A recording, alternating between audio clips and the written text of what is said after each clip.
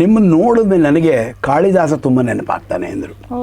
ದೇವರಾಜ ಅರಸು ಖುದ್ದಾಗಿ ಗೋಪಿನಾಥದಾಸರನ್ನ ಅವ್ರನ್ನ ಕರೆಸ್ಬಿಟ್ಟು, ಇದು ತುಂಬ ಕರ್ನಾಟಕದ ಮರ್ಯಾದೆ ಗೌರವದ ಪ್ರತಿಷ್ಠೆ ವಿಷಯ, ಅಲ್ಲಿ ಹೋಗಿ ಅವ್ರನ್ನ ಮನಸ್ಸು ಗೆಲ್ಲಬೇಕು ಕಾಶ್ಮೀರದ ಇದು ಅಂತೇಳಿ. ಯಾವುದೇ ವರ್ಲ್ಡಲ್ಲಿ ಯಾವುದೇ ಮೂಲೆಗೆ ಹೋದರು, ಇಂಡಿಯಾದಲ್ಲಿ ಯಾವುದೇ ಮೂಲೆಗೆ ಹೋದರು, ಎಲ್ಲವೂ ಕಾಶ್ಮೀರದ ಬಂತು.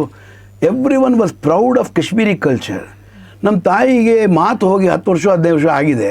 ನಿಮ್ಮ ಭಗವದ್ಗೀತೆ ನೋಡುವಾಗ, ವಿಶ್ವರೂಪ ನೋಡಿದಾಗ ಶಿ ಸ್ಟಾರ್ಟೆಡ್ ಸ್ಪೀಕಿಂಗ್ ಅಂದರು. ವರ್ಲ್ಡ್ ವೈಡ್ ಬಾರ್ಬಾರಿ ಪ್ರೋಗ್ರಾಮ್ ಎಲ್ಲ ಕಡೆಗೂ ಮಾಡ್ಕೊಂಬರ್ತೀವಿ. ಈ ಡಿಫೆನ್ಸ್ನವ್ರ ಮುಂದೆ ಹೋದಾಗ ಹಾಗೆ ಆನಂದನೇ ಬೇರೆ ಇಲ್ಲ. ಅವರೇ ಕಾರ್ಯಕ್ರಮ ನೋಡದೆ ಹೋಗಿದ್ದೆ ನಿಮ್ಮ ಕರ್ನಾಟಕ ತಂಡದ್ದು. ನನಗೆ ನನ್ನ ಕಾಶ್ಮೀರದ ಸಂಸ್ಕೃತಿ ಎಲ್ಲಿ ಹೋಯಿತು ಅಂತ ತುಂಬ ಸಂಕಟ ಆಗ್ತಿತ್ತು.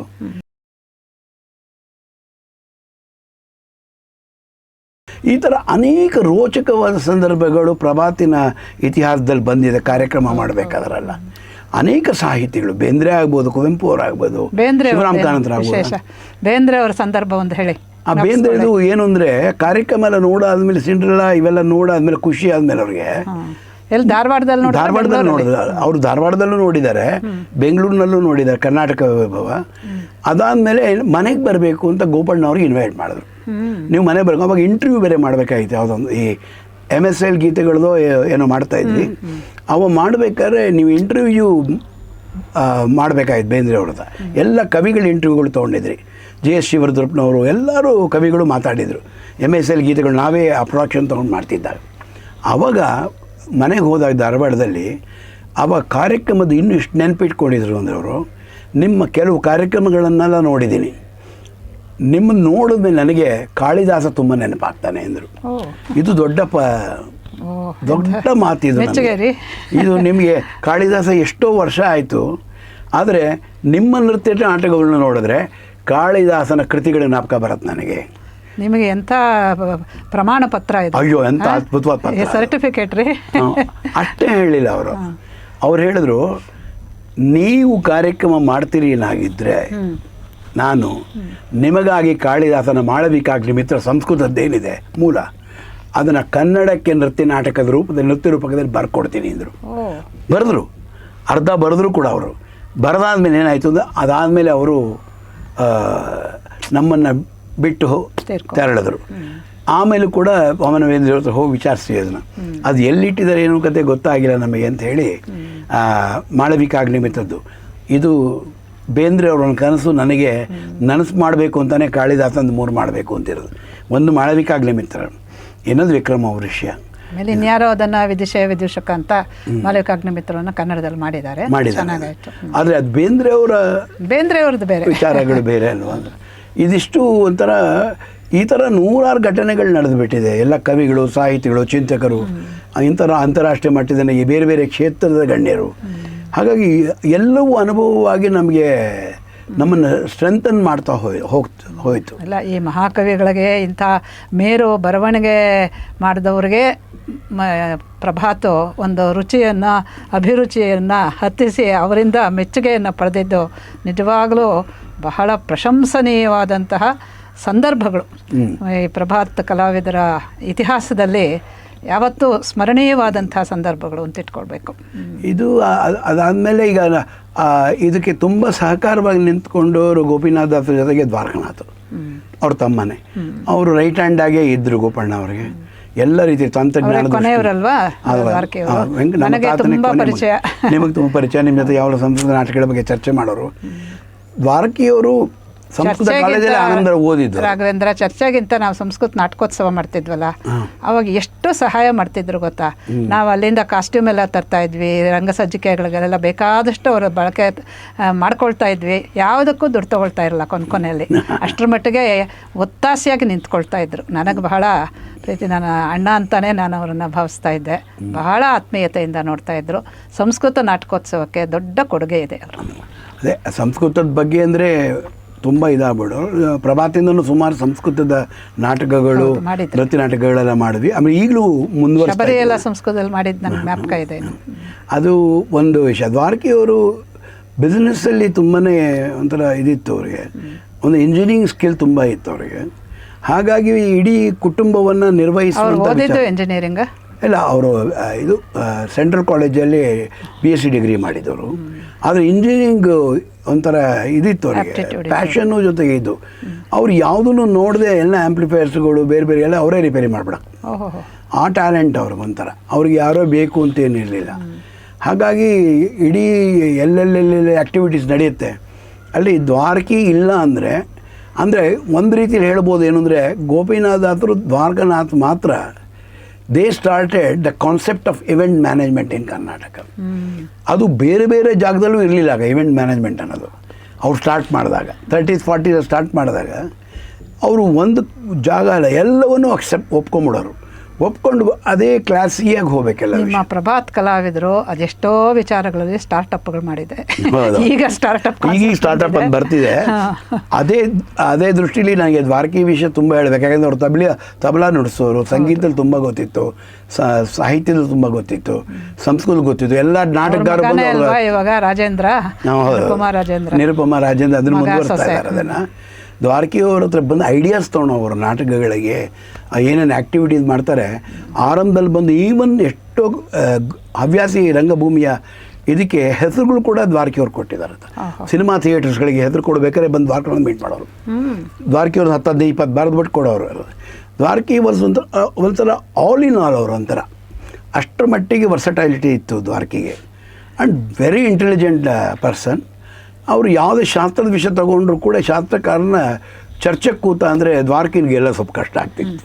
ಆ ರೀತಿಯ ಶಾಸ್ತ್ರದ ಪರಿಚಯ ಜ್ಞಾನ ಎಲ್ಲ ಇತ್ತು. ಆಮೇಲೆ ಅವರು ಮೇಜರಾಗಿ ಕೆಲವು ವಿಷಯಗಳು ಮಾಡಿದ್ದು ಅಂದರೆ ನಂಗೊಂದು ಸಂಸ್ಕೃತ ಸಂಬಂಧಪಟ್ಟಿದ್ದು ಒಂದು ಹೇಳೋಕ್ಕೆ ಇಷ್ಟಪಡ್ತೀನಿ. ಸಂಸ್ಕೃತದಲ್ಲಿ ಭಾಳ ಇದಿತ್ತಲ್ಲ ಅವ್ರಿಗೆ ಇನ್ವಾಲ್ವ್ಮೆಂಟು. ಈ ಕಾಳಿದಾಸ ಸನ್ಮಾನ ಆದಾಗ ಕೂಡ ಆಮೇಲೆ ಇದಕ್ಕೆ ಉಜ್ಜಯಿನಿಗೆ ಹೋಗಿ ಒಂದು ಇಂಟರ್ನ್ಯಾಷನಲ್ ಸೆಮಿನಾರ್ ಸಂಸ್ಕೃತ ಆಯಿತು. ಆವಾಗ ಕಾಳಿದಾಸನ ನಾಟಕ ಆಡಬೇಕಾಗಿತ್ತು. ರೆಗ್ಯುಲರ್ ಕಾಳಿದಾಸ ನಾಟಕ ಹೇಗಿತ್ತು ಅಂತ ದ್ವಾರಕಿ ಮತ್ತು ಕರಗಿರಾಚಾರ್ಯ ಆ್ಯಕ್ಚುಲಾಗಿ ಅದನ್ನು ಡೈರೆಕ್ಟ್ ಮಾಡಿದ್ರು. ಅದಕ್ಕೆ ಮ್ಯೂಸಿಕ್ ಕಂಪೋಸ್ ಅವರೇ ಮಾಡಿದ್ರು. ಸಂಸ್ಕೃತ ನಾಟಕಗಳು ತೊಗೊಂಡೋಗಿ ಅಲ್ಲಿ ಮಾಡಿ ಬೆಸ್ಟ್ ಅನ್ಸ್ಕೊಂಡು ಬಂದಿದ್ದು ಉಜ್ಜಯಿನಿಂದ. ಆ ಥರ ಅನೇಕ ಕಡೆಗೆ ಉಜ್ಜಯಿನಿಯಲ್ಲಿ ಪ್ರತಿ ವರ್ಷ ಕಾಳಿದಾಸ ಸಮಾರೋಹ ಅಂತ ಮಾಡ್ತಾರೆ ವಾರ್ಷಿಕವಾಗಿ. ಅಲ್ಲಿ ಪೇಂಟಿಂಗು, ಸ್ಕಲ್ಪ್ಚರ್ ಅಂದರೆ ಕಾಳಿದಾಸನ ಕಾವ್ಯಗಳಿದೆಯಲ್ಲ ಅದರಿಂದ ವಸ್ತುವನ್ನು ಆಧರಿಸ್ಕೊಂಡು ಅದು ಪೇಂಟು ಇತ್ಯಾದಿಗಳೆಲ್ಲ ಮಾಡಬೇಕು, ಪೇಂಟಿಂಗ್ಗಳೆಲ್ಲ. ಹಾಗೆ ಒಂದು ನಾಟಕವನ್ನು ಮಾಡ್ತಾಯಿದ್ದೆ. ಚರ್ಚಾಗೋಷ್ಠಿಗಳು, ಕಾವ್ಯಗೋಷ್ಠಿಗಳು ಎಲ್ಲನೂ ಇರುತ್ತೆ. ನಾನು ಒಮ್ಮೆ ಹೋಗಿದ್ದೆ ಅಲ್ಲಿಗೆ. ವಿಮೆನ್ ಎಂಪವರ್ಮೆಂಟ್ ಅಂತ ಅಂತೀವಿ. ಅವತ್ತು ಕರಗಿರಾಚಾರ್ಯ ನಾವು ಬರೀ ಹೆಣ್ಮಕ್ಳ ಕೈಯಲ್ಲೇ ನಾಟಕ ಪಾತ್ರ ಮಾಡ್ತೀವಿ. ಈವನ್ ಪುರುಷರ ಪಾತ್ರಗಳು ಕೂಡ ಹೆಣ್ಮಕ್ಳು ಮಾಡಬೇಕು ಅಂತ. ಅದೇನೋ ಹೊಸ ಹೊಸ ಐಡಿಯಾಗಳು ಕರಗಿರಾಚಾರ್ಯ ಆಫೀಸ್ದಲ್ಲಿ ಬರೋದು. ಅದನ್ನು ಅವರು ಮಾಡಿದ್ರು. ಅವಾಗ ಅದು ಶಾಕುಂತಲ ಮಾಡಿದ್ರಾಗ ಶಾಕುಂತಲ ನಾಟಕ ಮಾಡಿದರು. ಆ ಹುಡುಗಿಯರು ತುಂಬ ಚೆನ್ನಾಗಿ ಮಾತಾಡೋರು, ಸಂಸ್ಕೃತವನ್ನು ಚೆನ್ನಾಗಿ ಮಾತಾಡೋರು.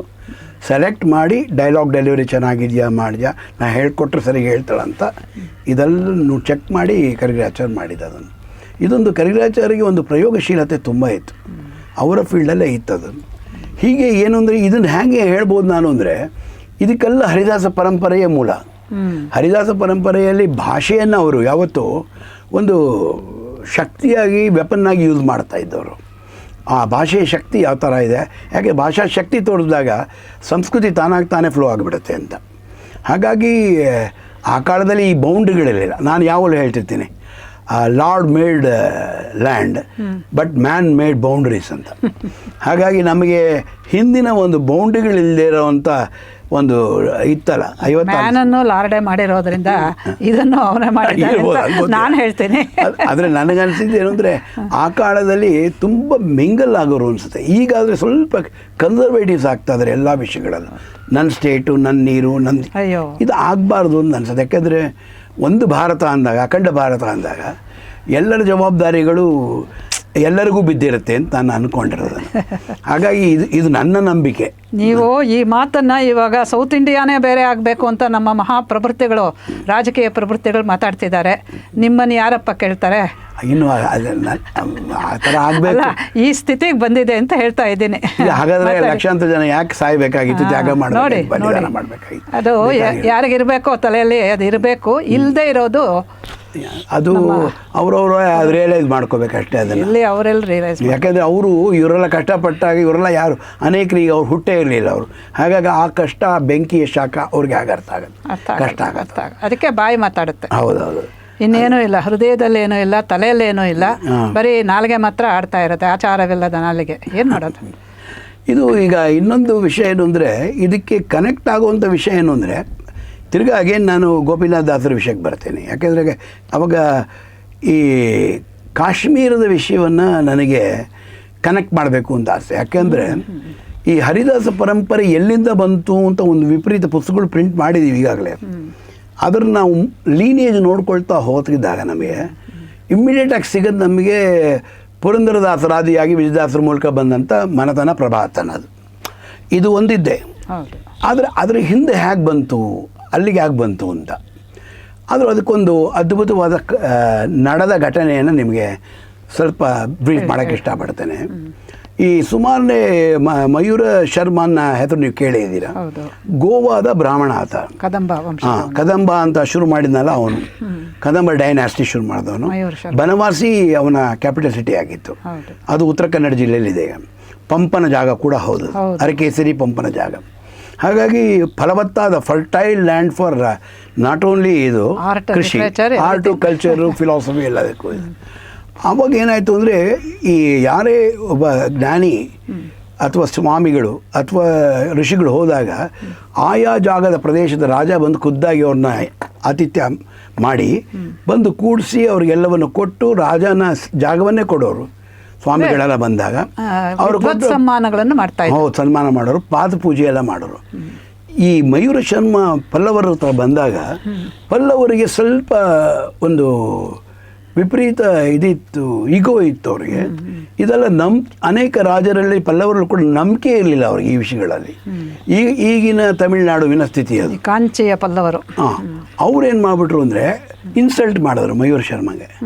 ಮಯೂರ ಶರ್ಮಂಗೆ ಒಂದು ಸ್ವಾಭಿಮಾನ ಕೆರಳಿ, ಇನ್ನೊಂದು ವರ್ಷದಲ್ಲಿ ನಾನು ಆರ್ಮಿ ಕಟ್ಟಿಬಿಟ್ಟು ತಂದು ನಿನ್ನ ಜಾಗನ ತಗೊಳ್ಳಿಲ್ಲ ಅಂದರೆ ನನ್ನ ಹೆಸರು ಮಯೂರ ಶರ್ಮ ಅಲ್ಲ, ಮಯೂರ ವರ್ಮ ಅಂದ. ವೇದೋಕ್ತವಾಗಿ ಹೇಳಬೇಕು ಅಂದರೆ ಶರ್ಮ ಅನ್ನೋದು ಬ್ರಾಹ್ಮಣರಿಗೆ ಹೇಳೋದು, ವರ್ಮ ಅನ್ನೋದು ಕ್ಷತ್ರಿಯರಿಗೆ ಹೇಳೋದು, ಗುಪ್ತ ಅನ್ನೋದು ವೈಶ್ಯರಿಗೆ ಹೇಳೋದು. ಈ ಥರ ಇತ್ತು. ಅದೇ ರೀತಿಯಲ್ಲಿ ಅನುಸಂಧಾನಗಳಿತ್ತು. ಅದಾದಮೇಲೆ ಏನಾಯಿತು ಅಂದರೆ, ಅಲ್ಲಿ ಹೋದಾಗ ಅಷ್ಟು ಆರ್ಮಿ ಕಟ್ಕೊಂಬಂದು ಸೋಲ್ಸ್ದ ಪಲ್ಲವರನ್ನ. ಅವ್ರು ತಡ್ಕೊಳಕ್ಕಾಗದೆ ನನ್ನ ಮಗಳನ್ನ ಕೊಡ್ತೀನಿ ಅಂದ ಪಲ್ಲವ. ಮಯೂರ ಶರ್ಮ ಕೊಟ್ಟ, ಮಗಳನ್ನು ಕೊಟ್ಟ, ಮದುವೆ ಮಾಡ್ದ.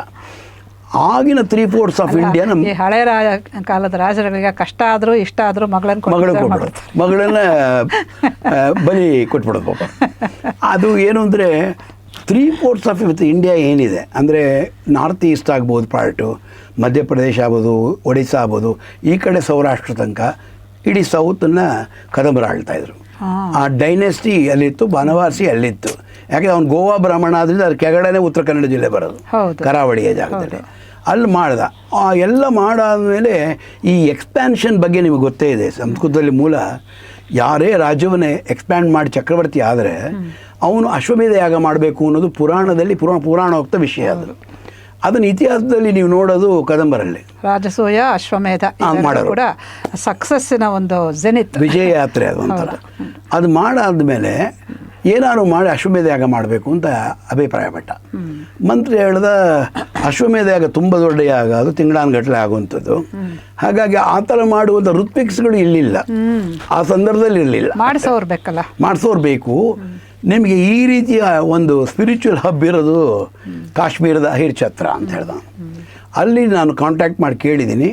ಆಗ ತುಂಬ ವಿದ್ವತ್ ವಲಸೆ ಕಾಶ್ಮೀರದಿಂದ ಕರ್ನಾಟಕಕ್ಕೂ ಬರ್ತಾಯಿತ್ತು, ದಕ್ಷಿಣಕ್ಕೆ ಬರ್ತಾಯಿತ್ತು. ಅಲ್ಲಿ ಬಂದಾಗ ಕರ್ಸು ಅಂತ ಹೇಳ್ದ ರಾಜ.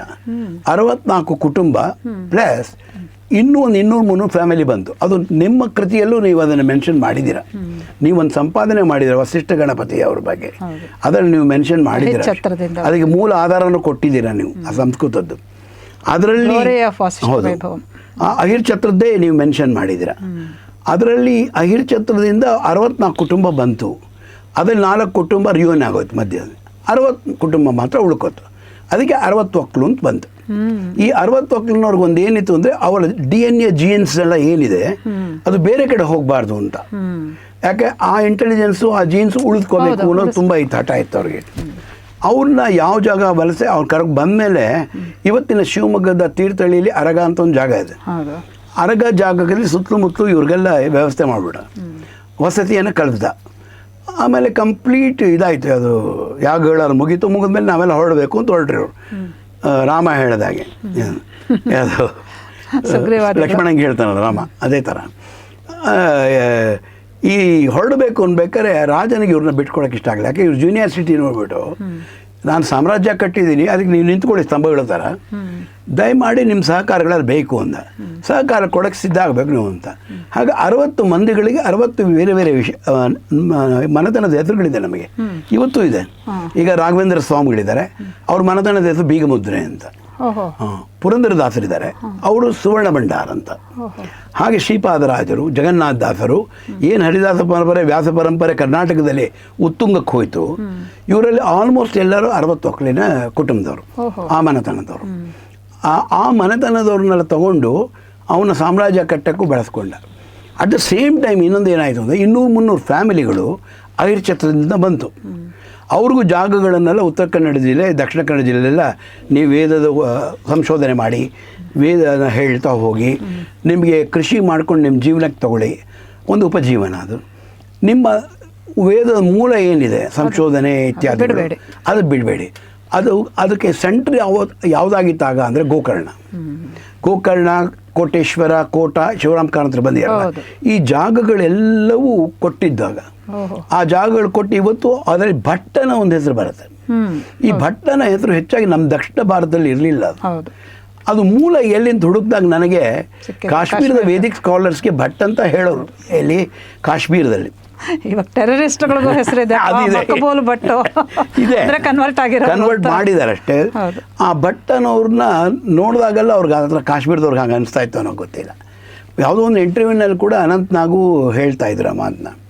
ಈ ಥರ ನಾವು ಕೂಡ ಕಾಶ್ಮೀರದ ವಲಸೆ ಬಂದವರು, ಐರ್ಛತ್ರದಿಂದ ಬಂದವರು, ನಮಗೆಲ್ಲ ಹೀಗೆಲ್ಲ ಆಯಿತು. ನಾವು ದಕ್ಷಿಣ ಭಾರತಕ್ಕೆ ಬಂದಾಗ ಕರಾವಳಿ ಜಾಗಗಳನ್ನ ಕರಾವಳಿ ಕಡೆಯಿಂದಾನೇ ಬಂದರು ಅಂತ. ಹಾಗಾಗಿ ಸುಮಾರು ಕುಟುಂಬ ಆಗಬೇಕು. ಅದನ್ನೆಲ್ಲ ನೀವು ನಿಮ್ಮ ವಸಿಷ್ಠ ಗಣಪತಿ ಪುಸ್ತಕದಲ್ಲಿ ಸಂಪಾದನೆ ಮಾಡಿರೋದ್ರಲ್ಲಿ ನೀವು ಹೇಳಿದ್ದೀರ ಕಪಾಲಿ ಶಾಸ್ತ್ರಿಗಳು ಅದು ಬರೆದಿದ್ದಾರೆ ಆ ವಿಷಯಗಳನ್ನ. ಇದಿಷ್ಟು ಒಂದು ಮೂಲ ಬ್ರೀಫ್, ಅದು ಕಾಶ್ಮೀರದಿಂದ ಬಂದಿದ್ದು ಅಂತ.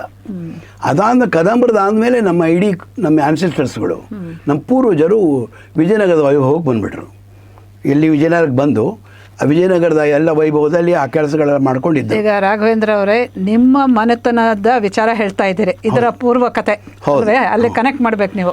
ಅದೇ ನಮ್ಮ ಕುಟುಂಬದ ಮನೆತನದೇ ಕನೆಕ್ಟ್ ಮಾಡ್ತಾ ಇರೋದು. ಅದಾದಮೇಲೆ ತಾಳಿಕೋಟೆ ಯುದ್ಧ ಆದಮೇಲೆ ಚದುರೋಯ್ತು. ಹೌದು, ದಾಳಿ ಆಯ್ತಲ್ಲ ವಿಜಯನಗರದಲ್ಲಿ, 565 ಆಗಬಾರದು ದಾಳಿ ಆಯ್ತಲ್ಲ ವಿಜಯನಗರದ ಬಗ್ಗೆ, ಬಹಳ ಸಂಕಟ ಆಗತ್ತದ. ಅಲ್ಲಿ ಅದು ಅಳಿಯ ರಾಮರಾಯಿಂದ ಮೇಜರ್ ಕಾಂಟ್ರಿಬ್ಯೂಷನ್, ಒಂದೇ ತಪ್ಪು ಅಂತ. ಹೌದೌದು, ಇರಲಿ. ಅದು ತಾಳಿಕೋಟೆ ಯುದ್ಧದಲ್ಲಿ ಕೆಲವರು ಉತ್ತರ ಭಾರತಕ್ಕೆ ಹೋದರು, ಕೆಲವರು ಪುಣೆ ಕಡೆ ಹೋದರು, ಇನ್ನು ಕೆಲವರು ತಂಜಾವೂರು ಬಂದರು. ನಮ್ಮ ಕುಟುಂಬದವರು ಅಂದರೆ ನಮ್ಮ ಪೂರ್ವಜರು ಕೂದೂರು ಬಂದರು, ತುಮಕೂರಲ್ಲಿ ಕೂದೂರು ಅಂತ. ಅಲ್ಲಿ ವ್ಯಾಸರಾಯ ಮಠದಲ್ಲಿ ಒಂದು ಕೃಷ್ಣನ ಪೂಜೆ ಮಾಡ್ತಿದ್ರು, ಎಲ್ಲಿ ವಿಜಯನಗರದಲ್ಲಿ. ಆ ಮುಸಲ್ಮಾನರು ಏನು ಮಾಡೋರು ಅಂದರೆ, ಯಾರು ಅಜ್ಜಿಯರು ಹೋಗ್ಬಿಟ್ಟಿದ್ದಾರೆ ಮಾಡಿದ್ದಾರೆ ಅಂತ ಹೇಳಿದ್ರೆ ಅದನ್ನು ಮುಟ್ತಾ ಇರಲಿಲ್ಲ. ಎಳೆಯ ಗಾಡಿಯಲ್ಲಿ ನಮ್ಮ ಪೂರ್ವಜರು ಆ ಗೋಪಾಲಕೃಷ್ಣನನ್ನು ಇಟ್ಕೊಂಡು ಸುತ್ತಬಿಟ್ಟು ಹೇಳ್ಕೊಂಬಂದರು. ಅದು ಇದು ಒಂದು ಕಳೆ ಬರ ಅಂತ ಗೊತ್ತಾಗ್ಬಿಟ್ಟು ಮುಟ್ಟಕ್ಕೆ ಹೋಗಲಿಲ್ಲ ಅವರು. ಅದು ಅನಾಮತ್ತು ಹೇಳ್ಕೊಂಬಂದ್ಬಿಟ್ರು ನಮ್ಮ ಪೂರ್ವಜರು. ಕೂದೂರು ಬಂದರು, ಕೂದೂರಿಂದ ಒಬ್ಬನಿಗೆ ಮುಸಲ್ಮಾನರ ಹಾವಳಿಯಿಂದ ತಪ್ಪಿಸ್ಕೊಂಡ್ರು ಅಂತ ಹೇಳ್ತಿದ್ದೀರಾ? ತಪ್ಪಿಸ್ಕೊಂಡ್ರು, ಅದನ್ನು ತಪ್ಪಿಸ್ಕೊಂಡು ಈ ಕೃಷ್ಣನ್ನು ತಂದುಬಿಟ್ರು. ಯಾಕೆ ಪ್ರತಿಮೆಗಳನ್ನ ಜಾಸ್ತಿ ಹೊಡಿತಾ ಇದ್ರು. ಆ ಗೋಪಾಲಕೃಷ್ಣ ತುಂಬ ಪೂಜೆ ಆಗಿದ್ದಂಥ ವಿಚಾರ. ಅವ್ರಿಗೆ ಅದೊಂದು ಬಿರುದು. ಈಗ ಕಾವ್ಯಕಂಠ ಹೇಗೆ ನಮ್ಮ ವಾಸಿಷ್ಠ ಮುನಿಗಳಿಗೆ, ಹಾಗೆ ಅವ್ರಿಗೆ ಬುಟ್ಸಿಕಾನ್ ಅಂತ. ಅಂದರೆ ಎಷ್ಟು ಪ್ರತಿಮೆಗಳನ್ನು ಹೊಡೆದ್ರೆ ಅಷ್ಟು ಅವ್ರಿಗೆ ಸ್ಟೇಟಸ್ ದೊಡ್ಡದು, ಅವ್ರಿಗೊಂದು ಪದವಿಗಳು ಕೊಡ್ತಾ ಇದ್ರಂತೆ. ಅಷ್ಟರಲ್ಲಿ ಏನಾಯ್ತು, ತುಮಕೂರಲ್ಲಿ ಇವತ್ತು ಇದೆ ಚಿಕ್ಕಪೇಟೆ ಅಲ್ಲಿ ಆಚಾರ್ ಸ್ಟ್ರೀಟ್ ಅಂತ ನಮ್ಮ ಮುತ್ತಾತ ಅವ್ರ ಹೆಸರಲ್ಲೇ ಆ ರೋಡ್ನ ಇಟ್ಟಿದ್ದಾರೆ. ಅಲ್ಲಿ ವ್ಯಾಸರಾಜ ಮಠ ಇದೆ. ಅಲ್ಲಿ ಒಬ್ಬ ಜೈನ ಅವನು ಒಂದು ಬಸದಿ ಮಾಡಬೇಕು ಅಂತ ಎಲ್ಲ ಹೇಳಿಬಿಟ್ಟು ರಾಜಸ್ಥಾನ ಕೊಟ್ಟೋಗಿದ್ದ. ಅವ್ನು ಬರೋ ಅಷ್ಟರಲ್ಲಿ ಅವ್ನು ಬಸದಿ ಮಾಡದೆ ಬರೀ ದೇವಸ್ಥಾನ ಮಾಡಿ ಕೊಡ್ಬಿಟ್ಟಿದ್ದ. ಬಸದಿಗೂ ದೇವಸ್ಥಾನಕ್ಕೂ ಡಿಫ್ರೆನ್ಸ್ ಇದೆಯಲ್ಲ. ಕನಸಾಗಿ ಅವನಿಗೆ ನಮ್ಮ ಪೂರ್ವಜರಿಗೆ ಆ ಜಾಗವನ್ನು ಬಿಟ್ಟುಕೊಟ್ಟಿದ್ದು. ಆ ಜಾಗವನ್ನು ಕೃಷ್ಣನ ಪ್ರತಿಷ್ಠಾಪನೆ ಮಾಡಿದ್ರೆ ಅದು ಇನ್ನೂ ನಡೀತಾ ಇದೆ, ಪೂಜೆಗಳು ನಡ್ಕೊಂಡು ಹೋಗ್ತಾಯಿದೆ. ನಮ್ಮ ಕಸಿನ್ಸ್ ಎಲ್ಲ ನೋಡ್ಕೋತಾ ಇದ್ದಾರೆ ಅದನ್ನು. ಅದು ಒಂದು ಒಳ್ಳೆ. ಆಮೇಲೆ 1910 ಇಸ್ವಿಯಲ್ಲಿ ತಾತ ಅವರು ಬೆಂಗಳೂರು ಕಡೆ ಬಂದಿದ್ದವರು. ಅವ್ರು ಬೆಂಗಳೂರು ಬಂದುಬಿಟ್ಟು ಏನೋ ಮಾಡಬೇಕು ಇದನ್ನೆಲ್ಲ ಅಂತ ಹೇಳಿ ವೆಂಕಣ್ಣದಾಸ್ ನಮ್ಮ ತಂದೆಯವರು ಆವಾಗ ಪೂರ್ತಿ ವೇದ ಅಧ್ಯಯನಗಳು, ಪ್ರವಚನಗಳು ಇತ್ಯಾದಿ ಎಲ್ಲ ತುಮಕೂರಲ್ಲಿ ಆಗ್ತಾಯಿತ್ತು. ಭಾಳ ಒಳ್ಳೆ ಸೆಂಟ್ರ್ ಅದು ಇವತ್ತು ಕೂಡ. ಅನೇಕ ಹರಿದಾಸರ ದೀಕ್ಷೆಗಳಲ್ಲೇ ಆಗಿರೋದು. ದೇವರಾಯನ ದುರ್ಗ ಅದು 2 ಕಡೆ. ವೆಂಕಣ್ಣದಾಸರು ಆಮೇಲೆ ಹೆಂಡತಿನ ಮಗಳು ಕರ್ಕೊಂಡು ಇಲ್ಲಿ ಏನೋ ಮಾಡಬೇಕು ಅಂಥೇಳಿ ಅವ್ರು ಬಂದರು ರೈಲ್ವೆ ಸ್ಟೇಷನ್ಗೆ. ಅಲ್ಲಿ ಸ್ಟೇಷನ್ ಮಾಸ್ಟರ್ ಪರಿಚಯ ಆಯಿತು. ಎಲ್ಲಿಗೆ ಹೋಗಬೇಕು ಅಂತ ಕೇಳಿದ್ರು. ದಾಸರೇ ಎಲ್ಲಿಗೆ ಹೋಗಬೇಕು ಅಂತ. ನೀವು ಕಣ್ಣು ಮುಚ್ಚಿ ದೇವ್ರ ನೆಂದು ಯಾವ್ದಾದ್ರು ಟಿಕೆಟ್ ತಗೋತೀರಾ ಆ ಜಾಗಕ್ಕೆ ಹೋಗ್ತೀನಿ ಅಂದರು. ಇದು ಹರಿದಾಸರ ಒಂದು ಅವರ ರೀತಿ, ಜೀವನ ಸ್ಪಿರಿಟ್ ಆ ಥರ ಸಂಕಲ್ಪ, ಮನಸ್ಸಲ್ಲಿ ಏನು ದೇವ್ರು ಮಾಡಿಸ್ತಾನೆ ಆ ಥರ ಅಂತ. ಅದಾದಮೇಲೆ ತೆಗೆದ್ರು. ಯಲಹಂಕ ಅಂತ ಬಂತು. ಯಲಹಂಕಕ್ಕೆ ಬಂದುಬಿಟ್ರು. ಯಲಹಂಕದಲ್ಲಿ ಒಂದು ಜಾಗ ಇತ್ತು, ದೇವಸ್ಥಾನಗಳಿತ್ತು. ಆಮೇಲೆ ಅಲ್ಲಿ ಮೇಷ್ಟ್ರಾಗಿ ಸೇರಿಕೊಂಡ್ರು ಅವರು. ಗೌರ್ಮೆಂಟ್ ಸ್ಕೂಲ್ಗೆ ಸೇರಿಕೊಂಡ್ರು. ಅಲ್ಲಿಂದ ಆಮೇಲೆ ಅವ್ರಿಗೆ ಬೆಂಗಳೂರು ಟ್ರಾನ್ಸ್ಫರ್ ಆಯಿತು 1914ನೇ ಇಸ್ವಿಲಿ. ಅವರು ಇಲ್ಲಿ ಬಂದು ಗಣೇಶ ಸ್ಕೂಲ್ ಅಂತ ಭಾಳ ಫೇಮಸ್, BVK ಅಯ್ಯಂಗಾರ್ ರೋಡಲ್ಲಿದೆ. ಅನೇಕ ಸಾಹಿತಿಗಳು, ಕಲಾವಿದರು, ಎಲ್ಲ ಸ್ವಾಮಿಗಳು, ನನ್ನ ಬೇಲಿಮಠದ ಸ್ವಾಮಿಗಳು ಕೂಡ ನಾನು ಅದೇ ಸ್ಕೂಲಲ್ಲಿ ಓದಿದ್ದು ಅಂತ ಹೇಳಿದ್ರು, ಗಣೇಶ ಸ್ಕೂಲಲ್ಲಿ. ಆ ಸ್ಕೂಲಲ್ಲಿ ಹೆಡ್ ಮಾಸ್ಟರ್ ಆಗಿದ್ರು. ನಮ್ಮ ತಾತವ್ರು ಹೆಡ್ ಮಾಸ್ಟರ್ ಆಗಿದ್ರು. ಜೊತೆಗೆ ಸಾಯಂಕಾಲದ ಹರಕತೆಗಳು. ಹೌದು. ಇದು ಏನಾಯಿತು ಅಂದರೆ, ಇದು ಬೆಳೆಸಬೇಕಾದ್ರೆ ಪ್ರಭಾತ್ ಶಿಶ್ವರ ಬಂತು, ಮಕ್ಕಳ ರಂಗಭೂಮಿ ಅಂತೇಳಿ. ಪ್ರಭಾತ್ ಶಿಶ್ವರ ಶುರು ಮಾಡಾದ್ಮೇಲೆ ಸಂಸ್ಕೃತನೂ ಶುರು ಮಾಡಿದ್ಮೇಲೆ ಮ್ಯೂಸಿಕ್ಕು, ಡಾನ್ಸು, ಥಿಯೇಟರು ಎಲ್ಲವೂ ಟ್ರೈನಿಂಗ್ ಕೊಡೋಕ್ಕೆ ಶುರು ಮಾಡಿದ್ವಿ. ಅಕಾಡೆಮಿಕಲ್ಲಿ ಇದರಿಂದ ನಮ್ಮ ತಂದೆಯವ್ರು ನೋಡ್ಕೊಳ್ತಿದ್ರು, ಜಯಸಿಂಹ ದಾಸ್ ನೋಡ್ಕೊಳ್ತಾಯಿದ್ರು. ಅದು ಆದಮೇಲೆ ಏನಾಯಿತು ಅಂದರೆ, ಆ ಕಾಲದಲ್ಲಿ ನಿಮಗೆ ಒಂದು ವಿಷಯ ಹೇಳಬೇಕು. ಇವತ್ತು ಸರ್ಕಾರ ಒಂದು ಮಧ್ಯಾಹ್ನದ ಊಟ, ಹಾಲು ಎಲ್ಲವನ್ನು ವಿಪರೀತ ಚರ್ಚೆಗಳು ಮಾಡಿ ಅದನ್ನು ಯಾರಿಗೋ ಕಾಂಟ್ರಾಕ್ಟ್ ಕೊಟ್ಟು ಮಾಡ್ತಾಯಿದೆ. ಅದನ್ನು 80 ವರ್ಷದಿಂದ ನಮ್ಮ ಅಜ್ಜಿ ಮಾಡಿದ್ರು. ನಮ್ಮ ಅಜ್ಜಿ ನಮಗೆ ಈ ಹರಕತೆ ಮಾಡ್ತಿರೋದ್ರಿಂದ ಈ ದಾನಗಳು ಬರೋದು. ದಾನಗಳು ಅಂದರೆ ಈ ಗೋದಾನ ಕೊಟ್ಬಿಡೋರು. ನೀವೇ ನಮ್ಮ ಮೇಲೆ ಭಕ್ತಿ ಇನ್ಬಿಟ್ಟು ಆನೇನು ಕೊಟ್ಟರೆ ಸಾಕೋದು ಹಾಗೆ ನಾವು. ಹಾಗೆ ಹಸುಗಳನ್ನ ಆ ಥರ ಒಂದು 8-10 ಹಸುಗಳು, 12 ಹಸುಗಳು, ಕರುಗಳೆಲ್ಲ ಇರ್ತೀವಿ. ಎಲ್ಲ ಜರ್ಸಿ ಹಸುಗಳೆಲ್ಲ ಇತ್ತು. ಭಕ್ತಿಗಿಂತ ಬರ್ಡನ್ ಜಾಸ್ತಿ. ಹಾಗೆ ಮುಂಚೆನೇ ಬಡತನ ಅದು. ತಾತವ್ರು ಬೇರೆ ಹೋಗ್ಬಿಟ್ಟಿದ್ರು. ಆದರೆ ಸಂಪಾದನೆ ಮಾಡ್ತಿದ್ದವ್ರು ಅವರೊಬ್ಬರೇ. ಇವರೆಲ್ಲ ಸೇರಿ ಸಂಪಾದನೆ ಮಾಡಿ ಮನೆ ನಡೆಸಬೇಕಾಗಿತ್ತು. ಆವಾಗ ಆ ಸುತ್ತಮುತ್ತಲವರ ಇಂಥ ಹಸುವಿನ ಹಾಲು ಎಲ್ಲೂ ಸಿಗಲ್ಲ, ನಿಮಗೆ ಜಾಸ್ತಿ ದುಡ್ಡು ಕೊಡ್ತೀವಿ ಲೀಟ್ರಿಗೆ, ದಯವಿಟ್ಟು ಕೊಡಿ ಅಂತ ಹಾಲು. ನಮ್ಮ ಅಜ್ಜಿ ನಥಿಂಗ್ ಡೂಯಿಂಗ್ ಅಂತ ಅವ್ರು ಹೇಳೋರು. ಸಾಧ್ಯವೇ ಇಲ್ಲ ಇದು. ಯಾಕೆಂದರೆ ಹಾಲನ್ನು ಮಾರೋದು, ನೀರು ಮಾರೋದೆಲ್ಲ ಸರಿಯಲ್ಲ. ಅವ್ರೇನು ಮಾಡೋರು ಗೊತ್ತಾ, ಅದಕ್ಕೆ ಏನು ಮಾಡ್ತೀವಿ ಇಷ್ಟೊಂದು ಹಸುಗಳು ಹಾಲಲ್ಲ ಅಂತ. ತತ್ವನೆಲ್ಲ ಇವಾಗ ಅಪ್ಲೈ ಮಾಡೋಕ್ಕಾಗತ್ತಾ? ಸರಿ, ನಮ್ಮ ತಂದೆ ಹಸುವನ್ನು ನೋಡ್ಕೊಳ್ಳೋರು. ಅವ್ರ ಹಸು ಯಾತಕ್ಕೆ ಅಂದರೆ ಗೋ ಸೇವೆ ಫಾರ್ ಗೋಪಾಲನ ಸೇವೆ ಅಂತ ಅಲ್ವಾ. ಗೋ ಸೇವೆಯೇ ಗೋಪಾಲನ ಸೇವೆ. ನಮ್ಮ ತಂದೆ ಅದನ್ನು ಸೇವೆ, ಈಶ ಸೇವೆ ಹಾಗೆ ಆತ ಆಯಿತು. ಜೊತೆಗೆ ಇನ್ನೊಂದು ನಮ್ಮ ತಂದೆದೇನು ಅಂದರೆ ಶಿಶುಪಾಲನೆ. ಶಿಶುಪಾಲನ ಮೆಕಾಲೆ ಥರ ಅಲ್ಲ, ಮೆಕಾಲೆ ನಾನು ಶಿಶುಪಾಲ ಅಂತಾನೆ ಕರೆ. ಅದು ಶಿಶುಪಾಲನ ಎಜುಕೇಷನ್ ಸಿಸ್ಟಮ್. ಅದು ಅದಕ್ಕೆ ತದ್ವಿರುದ್ಧವಾಗಿದ್ರು ಕರಗಡಿ ಆಚಾರ್ಯ ಗೋಪಾಲನೆ, ಶಿಶುಪಾಲನೆ. ಅದಕ್ಕೆ ನಮ್ಮ ತಂದೆ ಹೇಳು, ಶಿಶುಪಾಲನೆ ಬೇಕಲ್ಲಿ, ಶಿಶುಪಾಲನ ಇದು ಬರಬಾರ್ದು ಅಂತ ಹೇಳಿ ಹಸುವನ್ನು ನೋಡ್ಕೊಳ್ಳೋದು ಒಂದು ಕಡೆ. ಆದರೆ ಸ್ಕೂಲ್ದು ನೋಡೋದು ಈ ಥರ ಮಾಡ್ತಾಯಿದ್ರು. ಸ್ಕೂಲ್ಗೆ ಎಷ್ಟು ಕಷ್ಟಪಟ್ಟಿದ್ದಾರೆ ಅಂದರೆ, ಆ ಕಾಲದಲ್ಲಿ ಹೇಳ್ತಾರೆ, ಕೃಷಿಗೆ ಮಾಡ್ತಿದ್ದವರು, ತರಕಾರಿ ಮಾರೋರು, ಹಣ್ಣು ಮಾರೋರು, ಮಾವಳ್ಳಿ ಆಗ್ಬೋದು, ಪಾರ್ವತಿಪುರ ಆಗ್ಬೋದು, ಈ ಕಡೆ ಸುಂಕೇನಹಳ್ಳಿ ಆಗ್ಬೋದು, ಇಲ್ಲೆಲ್ಲ ನಮ್ಮ ಅಜ್ಜಿ ಸಾಕ್ಷಾತ್ತಾಗಿ ಹೋಗಿದ್ದಾರೆ. ಅಜ್ಜಿ ನಮ್ಮ ತಂದೆ ಕರಗಡಿ ಆಚಾರ್ಯ ಹೋಗಿ ಮಕ್ಕಳನ್ನ ಈಗಲೇ ಎಜುಕೇಟ್ ಮಾಡಿ, ನೀವೇನು ಬೇಕಾದ್ರೆ ಮಾಡ್ಕೊಳ್ಳಿ ಜೀವನಕ್ಕೆ ಅಂದರೆ ಜನಗಳಿಗೆ ಹೇಳೋಕ್ಕೆ, ಅದನ್ನ ಅವೇರ್ನೆಸ್ ಕಳಿಸಿ ಸ್ಕೂಲ್ಗೆ. ಸ್ಕೂಲ್ ಕಳಿಸೋದು ಅಂದರೆ ಏನೋ ಮಾಡಬಾರ್ದು, ಅಪರಾಧ ಮಾಡಿಬಿಟ್ಟಿದ್ದೀವಿ ತಂದೆ ತಾಯಿಗೆ ಇರ್ತಿತ್ತು ಅದು. ಆದರೆ ಅವ್ರು ಕನ್ವಿನ್ಸ್ ಮಾಡಿ ನಮ್ಮ ತಂದೆಯವರು, ಅಜ್ಜಿಯವರು ಹೆಣ್ಮಕ್ಳು ಹೋಗಬೇಕು ಅಂತ, ಹೆಣ್ಮಕ್ಳು ಓದಬೇಕು ಅನ್ನೋದು ಆ ಕಾಲದಲ್ಲಿ ಅಜ್ಜಿಗೆ ಎಷ್ಟಿತ್ತು ಅಂತ. ಅವರು ಖುದ್ದಾಗಿ ನಮ್ಮ ತಂದೆ ಮಕ್ಕಳ ಜೊತೆ ಹೋಗಿ ಕನ್ವಿನ್ಸ್ ಮಾಡಿ ಅಷ್ಟು ಜನನ್ನು ಸ್ಕೂಲಿಗೆ ಕರೆಸೋದು. ಆರಂಭದ ದೇಶಗಳು ನಮ್ಮ ತಂದೆ ಬಾಡಿಗೆ ಸೈಕಲ್ ತೊಗೊಂಡು ಒಂದೊಂದು ಮಗುನು ಒಂದೊಂದು ಸ್ಕೂಲಿಂದ ಕರ್ಕೊಂಬಂದು, ಅಂದರೆ ಮನೆಗಳಿಂದ ಕರ್ಕೊಂಬಂದು ಸ್ಕೂಲ್ ಬಿಡೋದು. ಬಸವನಗುಡಿ ಸ್ಟಾರ್ಟ್ ಆಗಿದ್ದು ಆರಂಭ ನಮ್ಮ ವಿಶೇಷಪುರದಲ್ಲೇ ಸ್ಟಾರ್ಟ್ ಆಯಿತು ಅದು. ಹಾಗೆ 2 ಸ್ಕೂಲ್ ನಡೆಸ್ತಾ ಇದ್ವಿ ನಾವು. ಆ ಪ್ರಭಾತ್ ಶಿಶುವಾರದಲ್ಲಿ ತಯಾರಾದವರಿಗೆ ಒಂದು ಕಂಪ್ಲೀಟ್ ಪರ್ಸ್ನಾಲಿಟಿ ಬರಲಿ, ಪೂರ್ಣ ಒಂದು ವ್ಯಕ್ತಿತ್ವ ಬರಬೇಕು ಹೇಳಿದ್ರಿ. ಅದ್ರ ಹಿಂದೆ ಹೇಳಿದ್ದೀನಿ ನಾನು. ಹಾಗಾಗಿ ಈ ಸ್ಕೂಲು ಮತ್ತು ಈ ಹಸು ಗೋ ಸೇವಾ, ಗೋಪಾಲನ ಸೇವಾ ಅಂತ ಹೇಳಿದ್ರೆ ಅದು ನಂತರ ಇದ್ರದ್ದು ಅದು ರಂಗಭೂಮಿದು ಮಕ್ಕಳೇ. ಈ ಪ್ರಭಾತ್ ಶಿಶುವಾರದಲ್ಲಿ ಓದ ಮಕ್ಕಳೇ ಆ ಟ್ರೈನಿಂಗ್ ತೊಗೊಂಡು ಆಮೇಲೆ ನಮ್ಮ ನಾಟಕಗಳಲ್ಲಿ, ನೃತ್ಯ ನಾಟಕಗಳೆಲ್ಲ ತಯಾರಾಗೋರು. ಅಲ್ಲಿ ಡಾನ್ಸ್ ಕ್ಲಾಸು ನಡೆಸ್ತಾ ಇದ್ರು ಅಂತಂದೆ. ಲಲಿತಾದವ್ರು ಏನೋರು ತೊಗೊಳ್ತಾ ಇದ್ರು, ಮಣಿನವ್ರು ಇನ್ನೊಬ್ರು ತೊಗೋತಾ ಇದ್ರು. ಕೌಶಿಕ್ ವಿ ಎಸ್ ಕೌಶಿಕ್ ತೊಗೊಂಡ್ರು. ಆಮೇಲೆ ಎಲ್ಲರೂ ಡಾನ್ಸ್ ಕ್ಲಾಸ್ ತೊಗೊಂಡು ಎಲ್ಲ ಹೆಣ್ಮಕ್ಳಿಗೆ ಡಾನ್ಸ್ ಕಲಿಸೋದು, ಸಂಸ್ಕೃತಿ ಬರಲಿ, ಎಜುಕೇಷನ್ ಸಿಗಲಿ, ಹೀಗೆ ಸೇರಿಸಿ ತಯಾರು ಮಕ್ಕಳಿಗೆ ಎಂಥ ಬೆನಿಫಿಟ್. ಅದು ತುಂಬ ಬೆನಿಫಿಟ್. ಒಂದು ಕಡೆ ನೃತ್ಯ, ಒಂದು ಕಡೆ ಶಿಕ್ಷಣ, ಊಟ ಎಲ್ಲನೂ ದೊರಕ್ತಾ ಇತ್ತಲ್ರಿ. ಈ ಪ್ರಭಾ ಶಿಶುವಾರದಲ್ಲಿ ಮಾಡೋದು ನಮ್ಮ ಅಜ್ಜಿ ಬೆಳಗ್ಗೆ ಬರ್ತಿದ್ದಾಗ ಮಕ್ಕಳು ತಯಾರಾಗಿ ಪೂಜೆ ಆದಮೇಲೆ ಹಾಲು ಕೊಡೋದು ಫಸ್ಟು ಆರಿಸ್ಕೊಳ್ಳೋದು. ಕೊಟ್ಟ ಮೇಲೆ ಪಾಠ ಎಲ್ಲ ಮುಗಿದ್ಮೇಲೆ 1 ಗಂಟೆಗೆ ಊಟ. ಬರೀ ತುಂಬ ಇದ್ರೂ ಓದು ಬರಹ ನಂಬಿಕೆ ಇರಲಿಲ್ಲ ಅವರಿಗೆ. ಓಪನ್ ಎಜುಕೇಷನ್ ಸಿಸ್ಟಮ್ ಲೈಕ್ ಗುರುಕುಲದ ಜ್ಞಾಪಕ ಬರುತ್ತೆ ನಿಮಗೆ ಆ ಥರ. ಆಮೇಲೆ ಮಕ್ಕಳನ್ನು ಊಟ ಮಾಡಿಸೋರು, ಕೃಷ್ಣನಿಗೆ ನೈವೇದ್ಯ ಆಗಿದ್ದನ್ನು ಊಟ ಹಾಕೋರು ಮಕ್ಕಳಿಗೆ. ಇವತ್ತು ನೆನೆಸ್ಕೋತಾರೆ. ಇವತ್ತು ಪ್ರಭಾತ್ ಶಿಶುವಾರದ ಇದು ಮಾಡ್ಕೊಂಡು ಗ್ರೂಪ್ ಮಾಡ್ಕೊಂಡಿದ್ದಾರೆ. ಅಮೇರಿಕಾ ಎಲ್ಲ ಕಡೆ ಇದ್ದಾರೆ ಸ್ಟೂಡೆಂಟ್ಗಳು.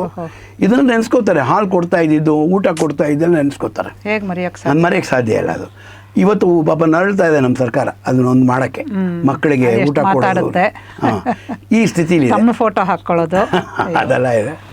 ಅದಾದಮೇಲೆ ಕೊನೆಗೆ ಆ ಎಜುಕೇಷನ್ ಸಿಸ್ಟಮ್ನಲ್ಲಿ ಒಂದು ಮೇನ್ ಸ್ಟ್ರೀಮಿಗೆ ತೊಗೊಂಡು ಹೋಗಿ ಅದನ್ನು ಅಲ್ಲಿಂದ ತಯಾರಾದ ಹುಡುಗರಾಗಲಿ ಹುಡುಗಿರಾಗಲಿ ಇವತ್ತು ನಿಮ್ಮ ಸಿನಿಮಾದಲ್ಲಿ, ಟೆಲಿವಿಷನ್ನಲ್ಲಿ, ಥಿಯೇಟ್ರಲ್ಲಿ, ಡಾನ್ಸ್ ಫೀಲ್ಡಲ್ಲಿ ಯಾರ್ಯಾರು ಮೇಲೆ ಬಂದಿದ್ದಾರೆ, ಸೆಲೆಬ್ರಿಟಿಗಳಾಗಿದ್ದಾರೆ, ಇನ್ಕ್ಲೂಡಿಂಗ್ ಟೆಕ್ನಿಷಿಯನ್ಸ್, ಎಲ್ಲ ತಯಾರಾಗಿರೋದು ಪ್ರಭಾತ್ ಶಿಶುವಾರದಿಂದ. ಪ್ರಭಾತ ಶಿಶುವಾರದಲ್ಲಿ ಎಜುಕೇಟ್ ಆದಮೇಲೆ ಇಲ್ಲಿ ಬಂದು ಮ್ಯೂಸಿಕ್ಕು, ಡಾನ್ಸು, ಅವ್ರಿಗೇನು ಗೀಳಿರುತ್ತೋ ಅದಕ್ಕೆ ತಯಾರಾಗಿ ಇವತ್ತು ಅನೇಕ ಕಡೆ ಇದ್ದಾರೆ ಅವರು. ಎಲ್ಲದಕ್ಕೂ ಒಂದು ಫೌಂಡೇಶನಲ್. ಇನ್ನು ಬೇರೆ ಬೇರೆ ದೇಶದಲ್ಲಿ ಕೂಡ ಡಾನ್ಸ್ ಕ್ಲಾಸ್ ಸ್ಟಾರ್ಟ್ ಮಾಡಿದ್ದಾರೆ ನಮ್ಮ ಸ್ಟೂಡೆಂಟ್ಸ್ಗಳು. ಅದು ಮುಂದುವರ್ಸ್ಕೊಂಡು ಹೋಗ್ತಾ ಇದ್ದಾರೆ ಅವರು. This is the greatness of Prabhat Shishuvara. ಅದೊಂದು ಟ್ಯಾಬ್ಲೋ ಗೀಬ್ಲೋ ಎಲ್ಲ ಮಾಡ್ತಾ ಇದ್ವಿ.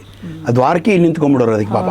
ದ್ವಾರಕಿ ನಿಂತ್ಕೊಂಡು ಇಡೀ ರಾತ್ರಿ ನಿಂತ್ಕೊಂಡು ಎಲ್ಲ ಸ್ಕೂಲ್ ಅದು ಇದ್ಕೊಡ್ಬೇಕು. ಬೇರೆ ಬೇರೆ ಹಿಸ್ಟಾರಿಕಲ್ ಶಿವಾಜಿ ಮತ್ತು ಭವಾನಿ ಅದೊಂದು ಟ್ಯಾಬ್ಲೋ.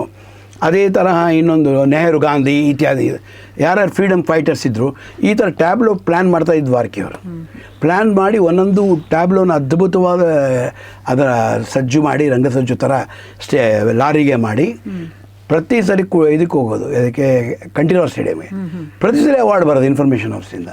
ಪ್ರಭಾತ್ ಶಿಶುವಾರ ಮಾಡಿದ್ದಕ್ಕೆ ಅವಾರ್ಡ್ ಬರೋದು. ಹಾಗಾಗಿ ಪ್ರಭಾತ್ ಶಿಶುವಾರದ ಕಾಂಟ್ರಿಬ್ಯೂಷನ್ ಆ ಥರ ದ್ವಾರಕಿಯವರು ಮೇಷ್ಟ್ರ ಆಗಿದ್ದು ಪ್ರಭಾತ್ ಶಿಶುವಾರದಲ್ಲಿ. ಹಾಗಾಗಿ ಅದನ್ನು ಮಾಡೋರು. ಸ್ಕೂಲಿಗೆ ಬರ್ತಾ ಇತ್ತಲ್ವಾ ಸ್ಕೂಲ್ ಬಹುಮಾನಗಳು ಸ್ಕೂಲ್ಗೆ. ಎಜುಕೇಷನ್ ಡಿಪಾರ್ಟ್ಮೆಂಟ್ನವ್ರಿಗೆ ಅದೊಂದು ನೋಡಿ ಎಷ್ಟು ಆ ಎಜುಕೇಷನ್ ಡಿಪಾರ್ಟ್ಮೆಂಟಿಂದ ನಮ್ಮ ಇಡೀ ಪರಂಪರೆಯ ಇತಿಹಾಸವನ್ನು ಯಾವ ಥರ ತೋರಿಸ್ಕೊಡೋದು ಅನ್ನೋದು ಒಂದು ವಿಜುವಲ್ ಟ್ರೀಟ್. ಅದೊಂದು ಹೆಮ್ಮೆ. ಅದೆಂಥ ಅದ್ಭುತವಾದ ವಿಚಾರಗಳು ಹಳೇದು. ಐತಿಹಾಸಿಕ ನಮ್ಮ ಮೈಸೂರು ಚಾಮುಂಡೇಶ್ವರಿ, ಈ ಥರ ಕರ್ನಾಟಕದ ಬಗ್ಗೆ ಯಾವುದಿದೆ, ದೇಶದ ಬಗ್ಗೆ ಯಾವುದಿದೆ, ಅದನ್ನೆಲ್ಲ ಸಾಂಸ್ಕೃತಿಕ ಎಲ್ಲ ಆಯಾಮಗಳನ್ನು ಪ್ರತಿಫಲಿಸೋ ಹಾಗೆ ನಾನಾ ವಿಧವಾದಂತಹ ಟ್ಯಾಬ್ಲೋಗಳು ಮಾಡ್ತಾ ಇದ್ರಲ್ವ. ಐತಿಹಾಸಿಕವಾಗಿ, ಸಾಂಸ್ಕೃತಿಕವಾಗಿ, ಕರೆಂಟ್ ಅಫೇರ್ಸು, ನೀವು ಹೇಳ್ದಂಗೆ ಪಾಲಿಟಿಕ್ಸ್ ಇತ್ತು, ಎಲ್ಲನೂ ಮಾಡ್ತಾ ಇದ್ರು. ಇಲ್ಲಿಂದ ಡೆಲ್ಲಿಗೂ ಕಳಿಸೋರು ಕೆಲಸ. ಅದನ್ನ ನೋಡಿನೇ ಜನ ಎಷ್ಟೋ ತಿಳ್ಕೊಬೋದಾಗಿತ್ತು ಅಲ್ವಾ. ಪುಸ್ತಕ ಓದೋಕೆ ಬದಲು ಇದನ್ನ ಇಷ್ಟನ್ನು ನೋಡಿದ್ರೇ ಸಾಕು, ಎಷ್ಟೋ ಜ್ಞಾಪ ಬರ್ತಿದೆ. 26ನೇ ಇದು ಜನವರಿ ಬಂತು ಅಂದರೆ ಈಗ ಡೆಲ್ಲಿಲಿ ನಡೆಯುತ್ತಾ ಟ್ಯಾಬ್ಲೋಗಳು. ಇದರೆಲ್ಲ ಮೂಲ ರೂಟ್ಸ್ಗಳು ಗಣರಾಜ್ಯೋತ್ಸವ. ಈ ರೂಟ್ಸಲ್ಲಿ ಇವೆಲ್ಲ ಮಾಡಿದ್ದಾರೆ. ಪರ್ಟಿಕ್ಯುಲರ್ಗೆ ದ್ವಾರಕಿ ಅವರಿಗೆ ಈ ಕ್ರೆಡಿಟ್ ತುಂಬ ಹೋಗುತ್ತೆ. ಯಾಕೆಂದರೆ ಇಡೀ ರಾತ್ರಿ ನಿದ್ದೆ ಮಾಡ್ತಿರ್ಲಿಲ್ಲ ಅವರು. ಅಷ್ಟು ಇಡೀ ರೋಡ್ನವ್ರುಗಳಕೋತಿದ್ವಿ, ಲಾರಿಗಳನ್ನು ನಿಲ್ಲಿಸಿ ಮಾಡಿ ಅದೇ ಬರಬೇಕು. ಅದು ಈಗ ಫಾರ್ ಎಕ್ಸಾಂಪಲ್ ಇದು ನಾನು ಒಂದು ನೋಡಿದ್ದೀನಿ ರಾಘವೇಂದ್ರ, ನಿಮ್ಮ ಮನೆಯವ್ರುಗಳಿಗೆ ಈ ಕಷ್ಟಪಡೋದೇ ಬಹಳ ಇಷ್ಟವಾದ ಕೆಲಸ. ಅದು ಕಲೆಗೋಸ್ಕರವಾಗಿ, ಕಲಾ ಪ್ರದರ್ಶನಕ್ಕೋಸ್ಕರವಾಗಿ, ಕಲೆಯನ್ನು ಉಳಿಸ್ಬೇಕು ಅಂತ ಹೇಳಿ ಎಷ್ಟು ಬೇಕಾದರೂ ಕಷ್ಟಪಡ್ತೀರಿ, ತುಂಬ ಇಷ್ಟವಾಗಿ ಪಡ್ತೀರಿ. ಅದನ್ನು ನಾನು ಗಮನಿಸಿದ್ದೀನಿ. ಅದು ವಿ ಎಂಜಾಯ್ಡ್ ಪ್ರಾಬ್ಲಮ್ಸ್ ಅಂತ ರೀತಿ. ಅದು ಒಂದು ಸ್ಪೆಷಲ್ ಟೇಸ್ಟ್ ನಿಮ್ಮದು. ಇದೊಂದು ಫೇಸ್ ಎಂಜಾಯ್ ಪ್ರಾಬ್ಲಮ್ಸ್. ಈ ಫೇಸ್ ಇನ್ನು ತಿರ್ಗಾ ನಿಮ್ಮ ಪುಸ್ತಕಕ್ಕೆ ಬರ್ತೀನಿ ನಾನು. ಆ ಸಂಬಂಧಪಟ್ಟಂತೆ ಒಂದು ಘಟನೆ ನಡೀತು ಸುಮಾರು. ಇಟ್ ವಾಸ್ ಇನ್ 1979 ಅಂತ ಕಾಣುತ್ತೆ, if I am not wrong. 79-80 ಇರಬೇಕು. ಅವಾಗ ಶೇಖ್ ಅಬ್ದುಲ್ಲಾ ಇದ್ರಾಗ, ಯಾರು ಈ ಫರೂಕ್ ಅಬ್ದುಲ್ಲಾ ಕಾಶ್ಮೀರದ ಅಪ್ಪ ಇದ್ರಲ್ಲ ಅವರಿದ್ದರು. ದೇವರಾಜ ಅರಸು ಅವ್ರಿಗೊಂದು ಮಾತು ಹೇಳಿದ್ರು, ಇದು ಸ್ಟೇಟ್ ಎಕ್ಸ್ಚೇಂಜ್ ಅಂತ ಇರೋದು ಪ್ರೋಗ್ರಾಮ್ಸ್. ಅವಾಗ ಕರ್ನಾಟಕದವ್ರು ಕಾಶ್ಮೀರಕ್ಕೆ ಹೋಗಬೇಕಾಗಿತ್ತು. ದೇವರಾಜ ಅರಸು ಖುದ್ದಾಗಿ ಗೋಪಿನಾಥಾಸರನ್ನ ಅವ್ರನ್ನ ಕರೆಸ್ಬಿಟ್ಟು, ಇದು ತುಂಬ ಕರ್ನಾಟಕದ ಮರ್ಯಾದೆ, ಗೌರವದ ಪ್ರತಿಷ್ಠೆ ವಿಷಯ, ಅಲ್ಲಿ ಹೋಗಿ ಅವ್ರನ್ನ ಮನಸ್ಸು ಗೆಲ್ಲಬೇಕು ಕಾಶ್ಮೀರದ ಇದು ಅಂತೇಳಿ ಕಾರ್ಯಕ್ರಮಗಳು ತುಂಬ ನೋಡಿದರು ದೇವರಾಜ ಅರಸು ನಮ್ದೆಲ್ಲ. ಹಾಗೆ ಹೋಗಿ ಅಲ್ಲಿ ಹೋಗಿ ಮಾಡಿ ಅಂತಂದರು. ಫೋನ್ ಮಾಡಿದ್ರು. ಏನು ಅಕೇಶನ್ ಏನು? ಅದು ಒಂದು ಯಾವುದೋ ಇದ್ರ ಕಾರ್ಯಕ್ರಮ ಅದು, ಅಂದರೆ ಸ್ಟೇಟ್ ಎಕ್ಸ್ಚೇಂಜ್ ಪ್ರೋಗ್ರಾಮ್. ಓಕೆ. ಅದು ಮೋಸ್ಟ್ಲಿ ನಾನು ನವಂಬರಲ್ಲಿ ಹೋಗಿದ್ದು ಅಂತ ಅಂದ್ಕೊಂಡಿದ್ದೀನಿ, if I am not wrong. ಯಾವ ಆವಾಗ 79-80 ಇರಬೇಕು ಅದು. ಅವಾಗ ಏನಾಯಿತು ಅಂದರೆ ಅಬ್ದುಲ್ಲಾ ಇದ್ದಾಗ, ಶೇಖ್ ಅಬ್ದುಲ್ಲಾ ಇದ್ರು ಆಗ. ಫಾರೂಕ್ ಅಲ್ಲಿ ಏನಾಯಿತು ಅಂದರೆ ಅವರು ಬಂದರು, ಶೇಖ್ ಅಬ್ದುಲ್ಲಾ ಬಂದರು. ಕುವೆಂಪು ಅವ್ರ ಥರನೇ ಆ ಸಮಸ್ಯೆ ಅವ್ರಿಗೆ. 102 ಡಿಗ್ರಿ ಜ್ವರ ಇತ್ತು ಅವ್ರು ಬಂದಾಗ. ಅವರು ನಾನು ಬಂದು ಇನಾಗ್ರೇಟ್ ಮಾಡ್ಬಿಟ್ಟು ಹೋಗ್ತೀನಿ ಫೆಸ್ಟಿವಲ್ನ. ನಿಮ್ಮ ಪ್ರೋಗ್ರಾಮ್ ನೋಡೋಕೆ ಬರೋರಿಗೆಲ್ಲ 100 and above. ಅಂದರೆ ಆ ಜ್ವರನ ಬಿಡಿಸ್ತಾ ಇದ್ವಿ ನಾವು. ಅವ್ರು 102 ಜ್ವರ ಇದೆ, ನಾನು ಇನಾಗ್ರೇಟ್ ಮಾಡಿ ಹೊರಡೋಗ್ತೀನಿ, ತಪ್ಪು ತಿಳ್ಕೊಬೇಡಿ. ಯಾಕೆಂದರೆ ನನ್ನ ತುಂಬ ಆತ್ಮೀಯ ಸ್ನೇಹಿತ ದೇವರಾಜ್ ಅರಸು ಫೋನ್ ಮಾಡಿದರು, ನಿಮ್ಮ ತಂಡದ ಕಾರ್ಯಕ್ರಮ ನೋಡಲೇಬೇಕು ಅಂತ ಹೇಳಿದ್ದಾರೆ ಅವರು ಅಂತ. ಅದು ಅವರು ನಿಮ್ಮ ನೀವು ಹೇಳ್ತಾ ಇರೋದು ಅಲ್ಲಿ ಮಾಡಿದ್ದ ಬೆಂಗಳೂರು ಕಾಶ್ಮೀರದಲ್ಲಿ ಮಾಡಿದ್ದ ಇಡೀ ತಂಡ ಒಂದು ಹೋಗಿದ್ವಿ ನಾವು. ಅಲ್ಲ, ಶ್ರೀನಗರ ಮತ್ತು ಇದು ಜಮ್ಮುನು ಮಾಡಿದ್ವಿ. ಏನು ಖುಷಿ ಅಂದರೆ ಈ ಒಂದು AC ಮಾತ್ರ ಒಂದೇ ಒಂದು ಬೋಗಿ ಇತ್ತು. ಆ ಇಡೀ AC ಬೋಗಿ ನಮಗೆ ಕೊಟ್ಬಿಟ್ಟಿದ್ರು. ಅದು ಕೊಟ್ಬಿಟ್ಟು ಅದು ಜಮ್ಮು ಟಾವಿ ತನಕ ಮಾತ್ರ ಹೋಗೋದಷ್ಟೇ. ಅದು ಅಲ್ಲಿ ಹೋದ್ಮೇಲೆ ಏನಾಗೋಯ್ತು ಅಂದರೆ ಕಾರ್ಯಕ್ರಮ ಇತ್ತಲ್ಲ, ಅದು 2-3 ಸಲ ಉಳ್ಕೋಬೇಕಾಗಿತ್ತು. ಅದು ಜಮ್ಮು ಟಾವಿ ಇದು AC ನಾವು ಕಾರ್ಯಕ್ರಮ ಮಾಡಬೇಕಲ್ಲ. ಮಾಡಾದ್ಮೇಲೆ ಅವ್ರು ಬಂದರು, ನಾವು ಅವ್ರನ್ನ ಆತಿಥ್ಯ ಮಾಡಿದ್ವಿ, ವೆಲ್ಕಮ್ ಮಾಡಿದ್ವಿ. ಗೋಪಿನಾಥ್ ದಾಸರೇ ವೆಲ್ಕಮ್ ಮಾಡಿದ್ವಿ. ನಾನು ಹೋಗಿದ್ದೆ. ನಾನು ವೆಂಕಟೇಶು ವಯಸ್ಸು ಅವಾಗೆಲ್ಲ ನಿಮಗೆ? ಎಲ್ಲ ಹುಡುಗರೆಲ್ಲ ಮದುವೆಗಿದ್ವಿ ಆಗಿರಲಿಲ್ಲ, ಎಲ್ಲ ಚಿಕ್ಕ ವಯಸ್ಸಿಂದ ಉಂಟಲ್ಲ ಇದು. ಗೋಪಿನಾಥ್ ದಾಸರು ಲೀಡ್ ಮಾಡ್ತಾಯಿದ್ರು ಅದನ್ನು. ಅದಾದಮೇಲೆ ಅವರು ಈ ನಿಂಬೆಹಣ್ಣ ಗೋಪಿನಾಥ್ ದಾಸರು ಅವರು ಕೊಟ್ಟರು. ಅವ್ರಿಗೆ ಈ ನಿಂಬೆಹಣ್ಣು ಯಾತಕ್ಕೆ ಇಸ್ಕೋಬೇಕು ಗೊತ್ತಾಗಲಿಲ್ಲ ಅವ್ರಿಗೆ. ಹೇಳಿ ಇದು ಕರ್ನಾಟಕದ ಸಂಸ್ಕೃತಿ ಇದು ಹೇಳೋರಿಗೆ ಅಂತ. ಯಾಕೆ ಭಾಷೆ ನಾನು ದುಭಾಷೆ ಆಗಿದ್ದೆ.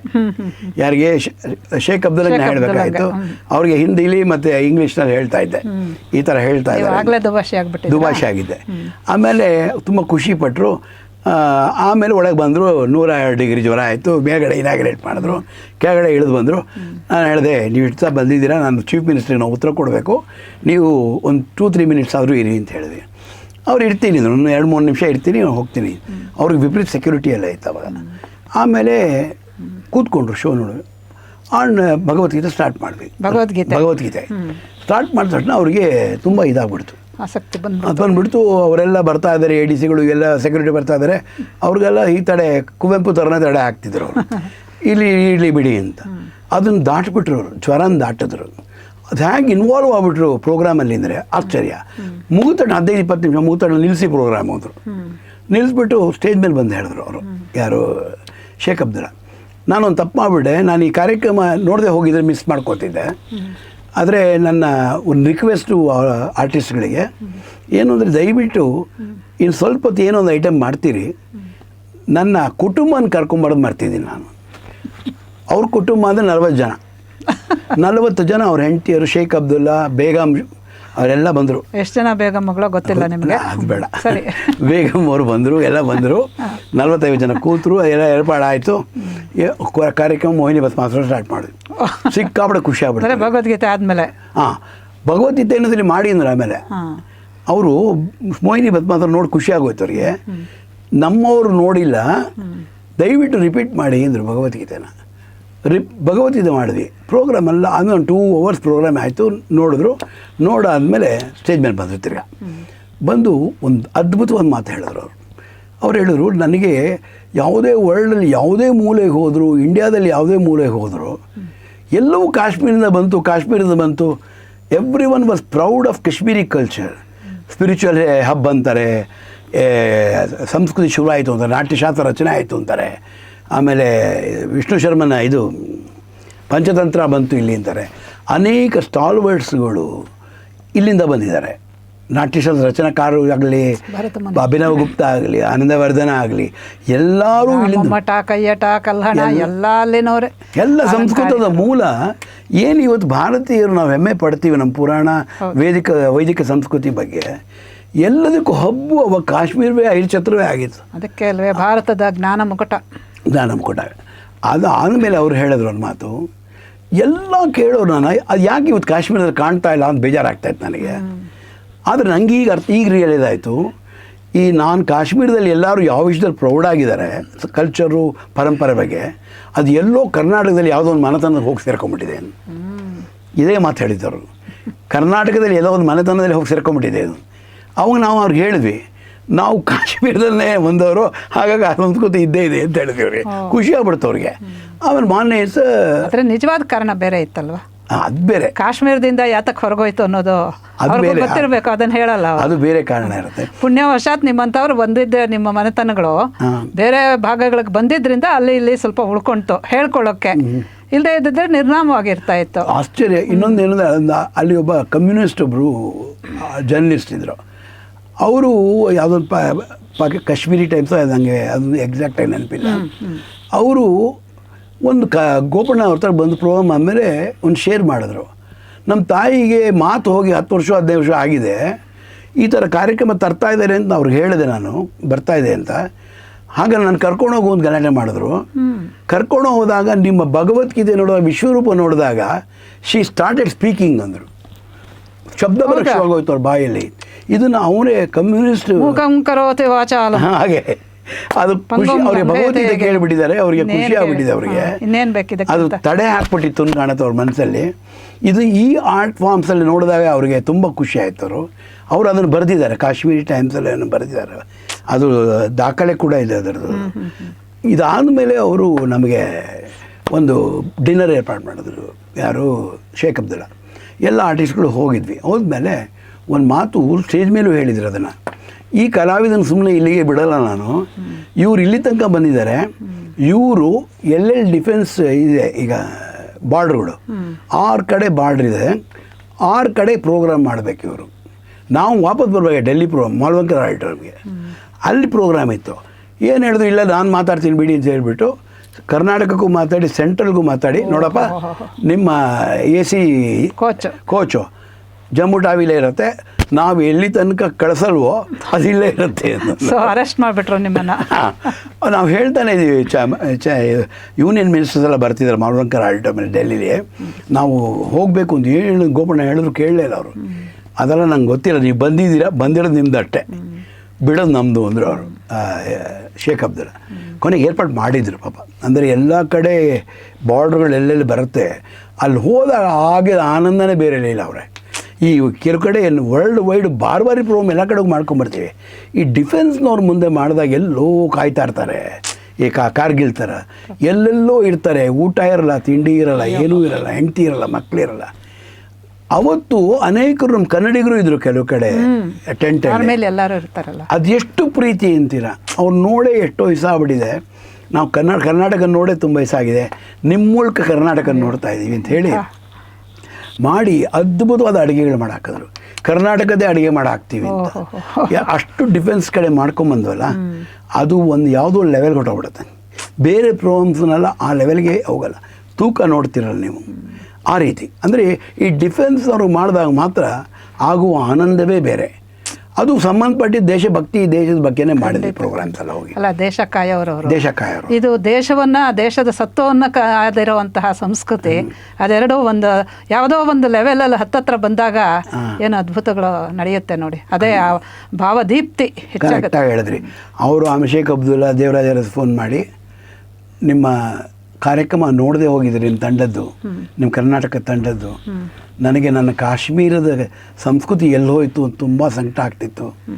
But your team has proved ನನ್ನ ಕಾಶ್ಮೀರಿಯತ್ ಅಂತೀಯಲ್ಲ, ಅದನ್ನು ತಂದೆ. ಕಾಶ್ಮೀರಿಯತ್ ಅಂದರೆ ಆಗಿನ ಕಾಲದ ಕಾಶ್ಮೀರಿಯತ್ತು ಅದು ಬಂದಿದೆ. ಆದರೆ ನಮ್ಮ ಫಾರೂಕ್ ಅಬ್ದುಲ್ಲಾ ಅವ್ರಿಗೆ ಅದೆಲ್ಲ ಏನಿಲ್ಲ, ಇನ್ನೂ ಪಾಕಿಸ್ತಾನಕ್ಕೆ ಜೈ ಅಂತ ಕೂತಿದ್ದಾರೆ ಅವರು. ಏನು ಮಾಡೋದು ಹೇಳಿ, ಅದು ಏನು ಮಾಡೋಂಗಿಲ್ಲ. ಎಲ್ಲರಿಗೂ ರಿಯಲೈಸ್ ಆಗಬೇಕು ಅನ್ನೋದು ಅಷ್ಟೇ ಪ್ರಾರ್ಥನೆ ಮಾಡೋದು ನಾನು ಅಷ್ಟೇ ಎಲ್ಲರಿಗೂ. ಅದು ನಮ್ಮ ನಿಜವಾದ ಹಳೆಯ ನಮ್ಮ ಋಷಿಮುನಿಗಳು ಏನೆಲ್ಲ ಸತ್ಯಾನ್ವೇಷಣೆಗೋಸ್ಕರ, ಒಳ್ಳೆ ಬದುಕಿಗೋಸ್ಕರ ಇಡೀ ಜೀವನವನ್ನು ತೆಗೆದುಬಿಟ್ರು. ಆ ಸತ್ಯಗಳನ್ನೇನು ಕಂಡುಕೊಂಡು ಅದ್ಭುತವಾದ ಇದಿದೆ, ಸಿವಿಲೈಸೇಷನ್ ಇದೆ. ನಾನು ಯಾವಾಗಲೂ ಹೇಳ್ತಾ ಇರ್ತೀನಿ, ಯಾವುದೇ ಕ್ಷೇತ್ರ ಆಗ್ಬೋದು, ಎಷ್ಟೇ ಡೆವಲಪ್ ಆಗಿರ್ಬೋದು ಸಾವಿರಾರು ವರ್ಷದಿಂದ, ಭಾರತಕ್ಕೆ ಮಾತ್ರ ಒಂದು ಆಧ್ಯಾತ್ಮಿಕ ಸ್ವಭಾವ ಇದೆ ಅದರಲ್ಲಿ.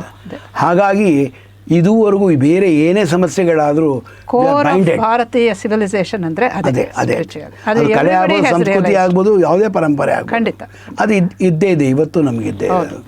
ಇದಿಷ್ಟು ಕಾಶ್ಮೀರದ ವಿಷಯಕ್ಕೆ ಸಂಬಂಧಪಟ್ಟಂಥ ಒಂದು ಕನೆಕ್ಟ್ ಮಾಡಿದ ವಿಷಯ. ಪ್ರಸಂಗ, ದೊಡ್ಡ ಪ್ರಸಂಗ ಚೆನ್ನಾಗಿತ್ತು ನಿಜವಾಗ್ಲೂ. ಇದು ಎಲ್ಲರೂ ಹೇಳೋಕ್ಕಾಗತ್ತಾ? ಯಾರು ಅನುಭವಿಸಿದಾರೋ, ಯಾರಲ್ಲಿ ಹೋಗಿದ್ರೋ, ಯಾರಿಗೆ ಆ ಒಂದು ಏನು ಸೌಭಾಗ್ಯ ಸಿಕ್ಕಿತ್ತು ಅಂತ ಅವ್ರ ಮಾತ್ರ ಹೇಳ್ಬೋದು. ನೀವು ಹೇಳಿದ್ರಿ ನಮ್ಮ ಲೀಲಾಜಾಲ feels very happy and also grateful to you. ಅದಾದಮೇಲೆ ಈಗ ಪ್ರಭಾತ್ ಕುಟುಂಬದಲ್ಲಿ ಒಂದೊಂದು ಸ್ಪೆಷಲೈಸೇಷನ್. ಈಗ ರಾಜೇಂದ್ರ ನಿರುಪಮ ಕಥಕ್ ಮೂಲಕ ಬೇಕಾದ ಪ್ರೊಡಕ್ಷನ್ಸ್ಗಳು ಎಲ್ಲ ಮಾಡಿ 100 ಜನ ಸ್ಟೂಡೆಂಟ್ಸ್ ಇದ್ದಾರೆ, ಮಾಡ್ಕೊಂಡು ಹೋಗ್ತಾ ಇದ್ದಾರೆ. ಕಲಾವಿದರು ಹಾಗೆ ನಡ್ಕೊಂಡು ಹೋಗ್ತಾ ಇದೆ. ಅಂದರೆ ನಮ್ಮ ಅಣ್ಣನ ವೆಂಕಟೇಶ್ ಅವರು ನೋಡ್ಕೋತಿದ್ದಾರೆ. ಅದನ್ನು ಮಕ್ಕಳು ಹೇಮಾ ಮತ್ತು ಹರೀಶ ಕೂಡ ಅದನ್ನು ಮುಂದುವರಿಸ್ತಾ ಇದ್ದಾರೆ ಆ ಕಾರ್ಯಕ್ರಮಗಳನ್ನ. ಈ ಏತನ ಮಧ್ಯದಲ್ಲಿ ನಮ್ಮ ಸಂಸ್ಕೃತಿಗೆ ಸಂಬಂಧಪಟ್ಟ ಒಳತಿರುಳೇನಿರುತ್ತೆ ಅಂತ ತರಬೇಕು ಅಂತ ನಾನು ಹೊರಟವನು. ನನ್ನ ಪ್ರಯೋಗ ಅದು. ಅಂದರೆ ಯಾವುದೋ ಒಂದು ಅರ್ಥ ಹೊರಗಡೆ ಕಾಣ್ತಾ ಇರುತ್ತೆ, ಆ ಅರ್ಥದಲ್ಲಿ ನಿಮ್ಗೆ ಕನ್ವಿನ್ಸ್ ಆಗೋಲ್ಲ. ಆ ಕನ್ವಿನ್ಸ್ ಆಗದೇ ಇರೋ ವಿಷಯಕ್ಕೆ ಒಳಗಡೆ ಹೋಗಬೇಕು, ಅಂತರಂಗಕ್ಕೆ ಹೋಗ್ಬೇಕು ನೀವು ಅಂತ. ಆ ಅಂತರಂಗದಲ್ಲಿ ಏನಿದೆ ವಿಷಯಗಳನ್ನ ಆ ತರುವಂಥ ಪ್ರಯತ್ನಗಳನ್ನ ನನ್ನ ಕೆಲವು ನೃತ್ಯ ನಾಟಕಗಳಲ್ಲಿ ಮಾಡಿದೆ ನಾನು. ಪ್ರಭಾತ್ ಆರ್ಟ್ಸ್ ಇಂಟರ್ನ್ಯಾಷನಲ್ ಇದರಲ್ಲಿ ರಾಘವೇಂದ್ರ, ಒಂದು ನಿಮಿಷ ನಿಮ್ಮನ್ನು ಸ್ವಲ್ಪ ಇಂಟ್ರಪ್ಟ್ ಮಾಡೋ ಹಾಗಿದ್ರೆ, ನಿಮ್ಮ ಮಕ್ಕಳ ಲೆವೆಲ್, ನಿಮ್ಮ ಲೆವೆಲಲ್ಲಿ ಮತ್ತು ನಿಮ್ಮ ಮಕ್ಕಳ ಲೆವೆಲಲ್ಲಿ ಬಂದಿರೋವಂಥ ಆರ್ಟ್ ಸಂಸ್ಥೆಗಳು ಅಂದರೆ ಪ್ರಭಾತ್ ಕಲಾವಿದರಿಂದ ಹರಿದು ಬಂದಿದ್ದು ಅದು ಎಷ್ಟಿದೆ, ಯಾರ್ಯಾರು ಏನೇನು ಮಾಡಿದೆ, ಒಂದು ಸ್ವಲ್ಪ ಸ್ಥೂಲವಾಗಾದರೂ ಹೇಳಿ. ಅದೇ ಹೇಳಿದ್ನಲ್ಲ, ಈಗ ಒಂದು ಕಲಾವಿದ್ರದ್ದು ಹೆಸರುಗಳು ಬೇರೆ ಇಟ್ಕೊಂಡಿದ್ದೀರಲ್ವಾ? ಹೆಸರು ಬೇರೆ ಏನಿಲ್ಲ. ಅಂದರೆ ಕಲಾವಿದರು ಮಾತ್ರ ವೆಂಕಟೇಶ್ ಅವರು, ಅವ್ರ ಮಕ್ಕಳು ನಮ್ಮ ಇವಳು ಹೇಮಾ ಮತ್ತು ಇವಳು ಹರೀಶ್ ಎಲ್ಲ ನೋಡ್ಕೊಂಡು ಹೋಗ್ತಾರೆ. ರೂಪಶ್ರೀ, ದೀಪಶ್ರೀ ಅದು ನೋಡ್ಕೊಂಡು ಹೋಗ್ತಾ ಇದ್ದಾರೆ. ಅದನ್ನು ನಡ್ಕೊಂಡು ಹೋಗ್ತಾರೆ ಸಾಂಪ್ರದಾಯಿಕವಾಗಿ. ಎರಡನೇದು ರಾಜೇಂದ್ರ ನಿರುಪಮ ಅವ್ರದ್ದಲ್ಲಿ ಒಂದು ಹೊಸ ಎಕ್ಸ್ಪೆರಿಮೆಂಟ್ಗಳು ನಾನಾ ರೀತಿಯಲ್ಲಿ ಆಗ್ತಾ ಇವೆ. ಅದು ಕಥಕ್ಕಲ್ಲಿ ಮೇಯ್ನಾಗಿ ಇಟ್ಕೊಂಡಿದ್ದಾರೆ, ಭರತನಾಟ್ಯವೂ ಹೇಳ್ಕೊಡ್ತಿದ್ದಾರೆ, ಜೊತೆಗೆ ಪ್ರೊಡಕ್ಷನ್ಸ್ಗಳು ಮಾಡ್ತಾ ಇದ್ದಾರೆ. ನಿರುಪಮ ರಾಜೇಂದ್ರ ಅವರು ಬೇರೆ ಹೆಸರೇ ಇದೆ ಅಲ್ವಾ, ಅಭಿನವ ಅಂತಿದ್ದಾರೆ. ಅವರು ತುಂಬಾ ವರ್ಲ್ಡ್ ವೈಡ್, ಅವರು ಕಲಾವಿದರಷ್ಟೇ ಫೇಮಸ್. ಇದೆಯಲ್ಲ ಅದು, ಅಂದರೆ ಧಾಟಿಗಳು ಬೇರೆ ಅಷ್ಟೇ. ಅದು ಕಾಮನ್ ಆಗಿ ಯಾವುದು ಮಾಡಲ್ಲ ನಾವು. ನಮ್ಮ ಧಾಟಿ ಬೇರೆ, ಕಲಾವಿದ್ರ ಧಾಟಿ ಬೇರೆ, ನಮ್ಮ ಇದ್ರ ದಾಟಿ ಬೇರೆ. ಆ ದಾಟಿಯಲ್ಲಿ ಏನಾಯಿತು ಅಂದರೆ ನನಗೆ ತುಂಬ ಕೆಲವು ಸರ್ತಿ ಅನಿಸ್ತಾ ಇತ್ತು, ಈ ವಿ ಶಾಂತಾರಾಮ್ಗೆ ಅನಿಸ್ತಾ ಇತ್ತಂತೆ. ಈ ಒಂದು ಸ್ತ್ರೀ ಅಂತ ಶಕುಂತಲ ಅಂತ ಒಂದು ಸಿನಿಮಾ ಮಾಡಿದ್ರು. ಅದು 2 ವರ್ಷ ಒಂದು ಥಿಯೇಟ್ರಲ್ಲಿ ಬಾಂಬೆಲಿ ನಡೀತು. ಆ ಕಾಲದಲ್ಲಿ ರೆಕಾರ್ಡ್ ಅದು. ಆದರೂ ವಿ ಶಾಂತಾರಾಮ್ಗೆ ಒಂದೇನೋ ಒಂದು ಅನಿಸ್ತಾ ಇತ್ತಂತೆ, ಎಲ್ಲೋ ನಾನು ಕಾಳಿದಾಸಂಗೆ ಜಸ್ಟಿಸ್ ಕೊಟ್ಟಿಲ್ಲ ಅಂತ. ಹಾಗಾಗಿ 2ನೇ ಬಾರಿ ಸ್ತ್ರೀ ಅಂತ ಒಂದು ಸಿನಿಮಾ ಅದ್ರಲ್ಲಿ ಅವರೇ ದುಷ್ಯಂತನ ರೋಲ್ ಮಾಡಿದರು. ಅದೇ ಥರ ನನಗೆ ಆಗ್ತಿತ್ತು. ಒಂದು ಶ್ರೀನಿವಾಸ ಕಲ್ಯಾಣ ಅಂತ ಮಾಡಿದ್ವಿ ನಾವು. ಅದು 100 ಪ್ರದರ್ಶನ ಆಗಿದೆ ಪ್ರಭಾತ್ ಕಲಾವಿದರಲ್ಲಿ. ಆಮೇಲೆ ನನಗೆಲ್ಲೋ ಒಂದು ಸತಿ ಅದು ಶ್ರೀನಿವಾಸ ಕಲ್ಯಾಣ ಕಥೆಗಳು ಕೇಳಿದ್ರೆ ಇನ್ನು ಒಂದು ರೀತಿ IAS ಮಾಡಿರೋ ಇರ್ಬೋದು, ಫಾರಿನರ್ಸ್ ಇರ್ಬೋದು, ಸೈಂಟಿಸ್ಟ್ಗಳಿರ್ಬೋದು, ಹೋಗ್ತಾರೆ ಕಲ್ಯಾಣ ಮಾಡಿ ಮುಗಿಸ್ಕೊಂಡ್ಬಂದ್ಬಿಡ್ತಾರೆ. ಆದರೆ ಅದೊಂದು ಯಾವುದೋ ನಂಬಿಕೆ ಮೇಲೆ ಮಾಡಿಬಿಡ್ತಾರೆ. ಆ ಕಥೆಗಳು ಕೇಳಿದಾಗ ಶ್ರೀನಿವಾಸ ಅಲ್ಲಿಂದ ಬಂದ, ಹುತ್ತದಲ್ಲಿದ್ದ, ಈ ಕಥೆಗಳು ಕೇಳಿದಾಗ ಅವರಿಗೆ ನಂಬಿಕೆ ಬರ್ತಿರಲಿಲ್ಲ. ಇಲ್ಲೇ ಯಂಗ್ಸ್ಟರ್ಸು ಕ್ವಶನ್ ಮಾಡ್ತಾಯಿದ್ರು, ಏನಿದೆ ಅರ್ಥ ಇದು, ಯಾತಕ್ಕೆ ಅವನು ಆಗಬೇಕು, ಹೇಗೆ ಮಾಡಬೇಕು. ಹಾಗೆ ನಾನು ಯಾವ ಸಂಸ್ಕೃತದ ಸಾಹಿತ್ಯಗಳ ಅಧ್ಯಯನ ಮಾಡ್ತಿದ್ದಾಗ ನನಗೆ ಇದಕ್ಕೆ ಉತ್ತರ ಸಿಕ್ತು. ಇದು ಯಾವ ಕಥೆಗಳು, ಒಂದು ಸಣ್ಣ ಕಥೆಗಳು ಕೂಡ ಇದು ಸಾಮಾನ್ಯವಾದ ಕಥೆ ಅಂತ ಅನಿಸ್ತಾ ಇರಲಿಲ್ಲ. ಇದನ್ನು ನೀವು ಅಧ್ಯಾತ್ಮ ದೃಷ್ಟಿಯಿಂದ ನೋಡಿದಾಗ ನಿಮಗೆಲ್ಲವೂ ಕನೆಕ್ಟ್ ಆಗ್ಬಿಡೋದು. ಹುತ್ತ ಅಂದರೆ ಏನು ಅಧ್ಯಾತ್ಮ ದೃಷ್ಟಿಯಿಂದ, ಹುತ್ತದಲ್ಲಿ ಯಾಕೆ ಶ್ರೀನಿವಾಸನ ಕೂತ, ಅಲ್ಲಿ ಹಸುವಿನ ಸಿಂಬಲ್ ಏನು, ಕರುವಿನ ಸಿಂಬಲ್ ಏನು, ಈ ವಿಷಯಗಳೆಲ್ಲ ನನಗೆ ಆ ಕಥೆನೇ ಹೆಣಿತಾ ಹೋದಾಗ ನಾನು ರೆಗ್ಯುಲರ್ ಪುರುಷ ಸೂಕ್ತ ಮತ್ತು ಅದು ವಿಷ್ಣು ಸಹಸ್ರನಾಮ, ಲಲಿತ ಸಹಸ್ರನಾಮ ಎಲ್ಲ ಓದ್ತಿದ್ದಾಗ ಲಲಿತ ಸಹಸ್ರನಾಮದ 5 ಶ್ಲೋಕಗಳು ನನಗೆ, ಮಂತ್ರಗಳು ಇದಕ್ಕೆ ಲೀಡ್ ಮಾಡ್ತು. ನನಗೆ ಹೀಗೆ ಹೋದರೆ ಈ ಥರ ಇದೆ ಅಂತ ಕನೆಕ್ಟ್ ಮಾಡ್ಕೊಂಡು ಹೋದೆ. 3 ವಿಷ್ಣು ಸಹಸ್ರನಾಮ ಮತ್ತು ಪುರುಷ ಸೂಕ್ತ ಮತ್ತು ಲಲಿತ ಸಹಸ್ರನಾಮ. ಆ ಕನೆಕ್ಟ್ ಆಯ್ತು ನನಗೆ. ಶ್ರೀನಿವಾಸ ಕಲ್ಯಾಣ ಅಂದರೆ ಏನು, ಯಾಕೆ ಆ ಥರ ಕಥೆಗಳು ಬಂದಿದೆ, ಅದನ್ನು ಸ್ಟಡಿ ಸಿಕ್ಕಾಪಟ್ಟೆ ಮಾಡಿ ಒಳಗಿನ ಅರ್ಥಗಳನ್ನು ವಿಜುವಲೈಸ್ ಮಾಡೋಕ್ಕೆ ಶುರು ಮಾಡಿದೆ. ಅಂದರೆ ಈಗ ಇಡೀ ಪುರುಷ ಸೂಕ್ತದಲ್ಲಿ ಹೇಳಿದಾಗೆ ಇಡೀ ವಿಶ್ವವೇ ಒಂದು ಹೋಮಕುಂಡ. ಆ ಹೋಮಕುಂಡದಲ್ಲಿ ವಸಂತ ಋತುವೇ ಇದು ತುಪ್ಪ, ಗ್ರೀಷ್ಮ ಋತುವೇ ಕಟ್ಟಿಗೆ, ಶರದ್ ಋತುವೇ ಸಮಿತ್ತು. ಈ ರೀತಿ ಏನು ಒಂದು ಪುರುಷ ಸೂಕ್ತ ವರ್ಣಿಸ್ತಾರೆ, ಇದಿಷ್ಟು ಚಕ್ರಗಳ ಸಾಧನೆ, ಅದು ಚಕ್ರೋಪಾಸನೆ. ಅದು ಭೃಗುಮುನಿ ಮಾಡ್ತಾಯಿದ್ದು ಚಕ್ರೋಪಾಸನೆ ಅವರ ಆಶ್ರಮದಲ್ಲಿ. ಆ ಮಾಡ್ತಿದ್ದಾಗ ನಾರದರು ಬರ್ತಾರೆ. ನಾರದರು ಬಂದು ಚರ್ಚೆ ಮಾಡಿದಾಗ ಇಷ್ಟೆಲ್ಲ ಹವಿಸ್ ಕೊಡ್ತಾಯಿದ್ದೀರಿ, ಇದು ಯಾರಿಗೆ ಹೋಗೋದು ತಲುಪೋದು, ಅಲ್ಲಿ ದೇವ್ರು ದೊಡ್ಡವನು ಯಾರು ಚಿಕ್ಕವನು ಯಾರು ಇಲ್ಲ, ಅಲ್ಲಿ ಅಲ್ಟಿಮೇಟ್ ಯಾರು, ಏನು ಅಂತಿಮ ಸತ್ಯ ಏನು ಅನ್ನೋದು ಗೊತ್ತಾಗಬೇಕಾಯ್ತು. ಅದೇನು ಕಂಡಿಡಿ ಅಂತ ಪ್ರವೋಕ್ ಮಾಡಿ ಹೊರಟೋಗ್ಬಿಡ್ತಾರೆ ನಾರದರು. ಭೃಗುಮುನಿಗೆ ಅದು ಶುರುವಾಗುತ್ತೆ. ಯಾಕೆಂದರೆ ಅವರು ಚಕ್ರೋಪಾಸನೆ ಆಗ್ತಾ ಇರತ್ತೆ. ಆಗ್ತಿದ್ದಾಗ ಅವ್ರಿಗೇನಾಗತ್ತೆ ಅಂದರೆ ಒಂದೊಂದು ಚಕ್ರಕ್ಕೆ ಬಂದಾಗ ಅವರು ಅದು ನಮ್ಮ ಈ ಮೂಲಾಧಾರ ಸ್ವಾಧಿಷ್ಠಾನಕ್ಕೆ ಬಂದಾಗ ಅವರಿಗೆ ಸ್ವಾಧಿಷ್ಠಾನದಲ್ಲಿ ಬರೀ ಕತ್ತಲೆಯ ಪ್ರಪಂಚ ಅದಕ್ಕೆ ಬ್ರಹ್ಮನ ಸೃಷ್ಟಿಕರ್ತನ ಸ್ಥಳ ಅಂತದ್ದು. ಬ್ರಹ್ಮ ಅದು ನಮ್ಮ ಇದು ಹೇಳುತ್ತೆ, ಅದು ಲಲಿತ ಸಹಸ್ರನಾಮ ಹೇಳುತ್ತೆ. ಬ್ರಹ್ಮಗ್ರಂಥಿ, ರುದ್ರಗ್ರಂಥಿ ಮತ್ತು ವಿಷ್ಣು ಗ್ರಂಥಿ ಅಂತ ಇದು ಲಿಂಕ್ ಮಾಡಿದ್ದದು. ಈ ಲಿಂಕಲ್ಲಿ ಚಕ್ರೋಪಾಸನೆಗಳು ಹೋದಾಗ ಅವರು ಉಪಾಸನೆ ಇದ್ದಾಗ ಬ್ರಹ್ಮಲೋಕಕ್ಕೆ ಬಂದರು ಅಂತ ನಾವು ವಿಜುವಲೈಸ್ ಮಾಡ್ತೀವಿ, ಸಿಂಬಲೈಸ್ ಮಾಡ್ತೀವಿ, ಪರ್ಸಾನಿಫೈ ಮಾಡ್ತೀವಿ ಸ್ಟೇಜ್ ಮೇಲೆ. ಆವಾಗ ಅದು ಇದಲ್ಲ ಅಲ್ಟಿಮೇಟ್ ಅಂತ ಗೊತ್ತಾಯಿತು. ನೆಕ್ಸ್ಟ್ ಇಲ್ಲಿ ಬಂದ ಪಾರ್ವತಿ ಶಿವನ ಒಂದು ಸಂಯೋಗ ಏನಿತ್ತು ಅಲ್ಲಿ ಅವ್ರಿಗೆ ಇರಿಟೇಟ್ ಆಯಿತು. ಕಾಮನೆಗಳೆಲ್ಲ ಉದ್ಭವ ಆಗೋದಿಲ್ಲೇ, ಕಾಮವನ್ನು ಹುಟ್ಟಾಕೋನು ಶಿವನೇ, ಕಾಮನೆಗಳನ್ನ ಸುಟ್ಟಾಕೋನು ಅವನೇ. ಹಾಗಾಗಿ ಅದು ಅಲ್ಟಿಮೇಟ್ ಅಲ್ಲ ಅನಿಸ್ತು. ನೆಕ್ಸ್ಟ್ ಇಲ್ಲಿಗೆ ಬಂದರು. ಇಲ್ಲಿ ವಿಶುದ್ಧದಲ್ಲಿ ಸಿಕ್ಕಾಕೊಂಡ್ಬಿಟ್ರು. ವಿಶುದ್ಧಿಲೇ ಯಾವಳು ಸಾಮಾನ್ಯ ಸಿಕ್ಕಾಕೊಳ್ಳೋದು. ಅಮೃತ ಮಂಥನದಲ್ಲೂ ಅದೇ ಸಮಸ್ಯೆ ಇರೋದು. ವಿಶುದ್ಧಿ ಬಂದರೆ ಅದಕ್ಕೆ ವಿಷಕಂಠ ಆದ ಶಿವಾಂಶ. ಇಲ್ಲಿ ಮೊದಲು ವಿಷ ಬರುತ್ತೆ ಅಂತ ಆ ಉಪಾಸನೆಯಲ್ಲಿ, ಆ ಉಪಾಸನೆ ಆದಮೇಲೆ ನಿಮ್ಗೆ ಅಮೃತ ಇಳಿಯತ್ತೆ ಅಂತ, ಇಲ್ಲಿಂದ ಅಮೃತ ಇಳಿಯತ್ತೆ ಅಂತ ಇದು ಶುರುವಾಗಿ ಆ ಪ್ರಾಬ್ಲಮ್ ಗೊತ್ತಾಗ್ಬಿಟ್ಟು ಅವ್ರಿಗೆ ವಿಷ್ಣು ಏನು ಮಾಡಿದ, ವಿಷ್ಣು ಲೋಕಕ್ಕೆ ಬಂದಾಗ ಇಲ್ಲೊಂದು ಚಕ್ರ ಇದೆ ಪಾದದಲ್ಲಿ, ಅದನ್ನು ಕಣ್ಣು ಅಂತಾರೆ ಕಾವ್ಯ ದೃಷ್ಟಿಯಿಂದ. ಆ ಚಕ್ರವನ್ನು ಒತ್ತಿದಾಗ ನೇರವಾದ ಕನೆಕ್ಷನ್ ಇಲ್ಲಿ ಬಂತು. ಆ ನೇರವಾದ ಕನೆಕ್ಷನ್ ಓಪನ್ ಆಯಿತು. ಓಪನ್ ಆದಾಗ ಸಹಸ್ರ ಶೀರ್ಷ ಪುರುಷ ಸಹಸ್ರಾಕ್ಷ ಸಹಸ್ರಪಾದ ಸಭೂಮಿ ಅಲ್ಲಿ ಪುರುಷ ಸೂಕ್ತದ ಶುರುವಾಯಿತು. ಆ ಸಹಸ್ರಾರ ಅಂತಲೇ ಕರೀತಾರೆ ಇದಕ್ಕೆ. ಆ ಸಹಸ್ರಾರದಲ್ಲಿ ಆ ಬೆಳಕನ್ನು, ಅಂತಿಮ ಬೆಳಕನ್ನು ಕಂಡ ಅವನು ಭೃಗುಮುನಿ. ಇದು ಸತ್ಯ ಅಂದ. ಇಲ್ಲಿ ನೋಡಿದೆ ಅಂತ. ಇದು ಒಳಗಿನ ಅರ್ಥ ಯಾವುದು, ಭೃಗುಮುನಿದು ಸ್ಪಿರಿಚುವಲ್ ವಾಯ್ಸ್ನ ತೊಗೊಂಡು ಪುರುಷ ಸೂಕ್ತವನ್ನು ಬೆಳೆಸ್ಕೊಂಡು ವಿಷ್ಣು ಸಹಸ್ರನ ಬೆಳೆಸ್ಕೊಂಡು ಶ್ರೀನಿವಾಸ ಕಲ್ಯಾಣ ಇಡೀ ತೊಗೊಂಡೋಗಿದ್ದು. ಶ್ರೀನಿವಾಸ ಕಲ್ಯಾಣ ಕತೆ ನಾರ್ಮಲ್ ಕತೆ ನೀವೇನು ಕೇಳ್ತೀರಾ, ಈ ಹಿನ್ನೆಲೆಯಲ್ಲಿ ಹೇಳಿದೆ ನಾನು. ತುಂಬ ಜನ ವೇದಿಕ್ ಸ್ಕಾಲರ್ಸ್ ಎಲ್ಲ ಬಂದು ತುಂಬ ಖುಷಿಪಟ್ಟರು. ಅದನ್ನು ಚರ್ಚೆಗಳು ಮಾಡಿದ್ರು, ಅದನ್ನು ಡಿಸ್ಕಸ್ಸು ಮಾಡಿದ್ರು. ನನಗೆ ಎಲ್ಲ ಆದಮೇಲೆ ಇದೇ ಥರ ತೊಗೊಂಡೋಗೋಣ ಅಂತೇಳಿ ಶ್ರೀವಿದ್ಯಾ ತೊಗೊಂಡೆ. ಶ್ರೀವಿದ್ಯಾನು ಕೂಡ ಪ್ರೆಸೆಂಟ್ ಮಾಡಿದ್ವಿ ಮೈಸೂರಲ್ಲಿ. ಏನು ಹೆಸರಲ್ಲಿ? ಶ್ರೀನಿವಾಸ ಕಲ್ಯಾಣ ಹೆಸರಲ್ಲೇ ಮಾಡಿದ್ವಿ. ಶ್ರೀನಿವಾಸ ಕಲ್ಯಾಣ ಹೆಸರಲ್ಲೇ ಮಾಡಿದ್ವಿ.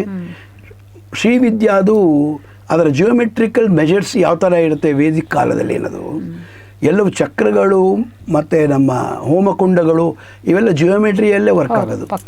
ಹಾಗಾಗಿ ಅದು ನಮ್ಮ ಜಿಯೋಮೆಟ್ರಿಕಲ್ ಅಂತಲೇ ಹೇಳ್ಬಿಡ್ತೀವಿ ಅದನ್ನು. ನಮ್ಮ ಇವರಿದ್ದಾರಲ್ಲ ಮೈಸೂರಿನ ಸ್ವಾಮಿಗಳು ಗಣಪತಿ ಸಚ್ಚಿದಾನಂದ, ಒಂದು 25,000 ಜನ ಇಂಟರ್ನ್ಯಾಷನಲ್ ಆಡಿಯನ್ಸ್ ಇದ್ರು. ಅವಾಗ ಇದನ್ನು ಮಾಡೋಕೆ ತುಂಬ ಖುಷಿ ಪಟ್ಬಿಟ್ರು. ಶ್ರೀವಿದ್ಯೆಯನ್ನು ಸ್ಟಡಿ ಮಾಡಿ ಅದರದ್ದು ಕಂಪ್ಲೀಟ್ ಶ್ರೀವಿದ್ಯಾ ಹೆಸರಲ್ಲೇ ಮಾಡಿದ್ದು ಅದನ್ನು ಅವರ ರಚನೆಗಳೆಲ್ಲ ತೊಗೊಂಡು ಇತ್ತೀಚಿನ ಪ್ರೊಡಕ್ಷನ್ ನಿಮ್ಮದು ಅಂದರೆ ಒಂದೊಂದೇ ರಚನೆಗಳು ಮಾಡ್ಕೊಂಡು ಬಂದೆ ಅದೇ ಥರ. ಅಂದರೆ ವೇದ ಉಪನಿಷತ್ತು ಬ್ರಹ್ಮಸೂತ್ರ ನಿಮ್ಮ ಶಾಲೆಯಿಂದ ಮಾಡಿದ್ದ ಇದು ಪ್ರಭಾತ್ ಆರ್ಟ್ಸ್ ಇಂಟರ್ನ್ಯಾಷನಲ್ನಿಂದ ಮಾಡಿದ್ದು. ಅದನ್ನು ಯಾವ ಥರ ಎಕ್ಸ್ಪೆರಿಮೆಂಟ್ ಮಾಡಿದ್ದಾರೆ ಅದರಲ್ಲಿ ಮಾಡಿರಲಿಲ್ಲ ಅವರು.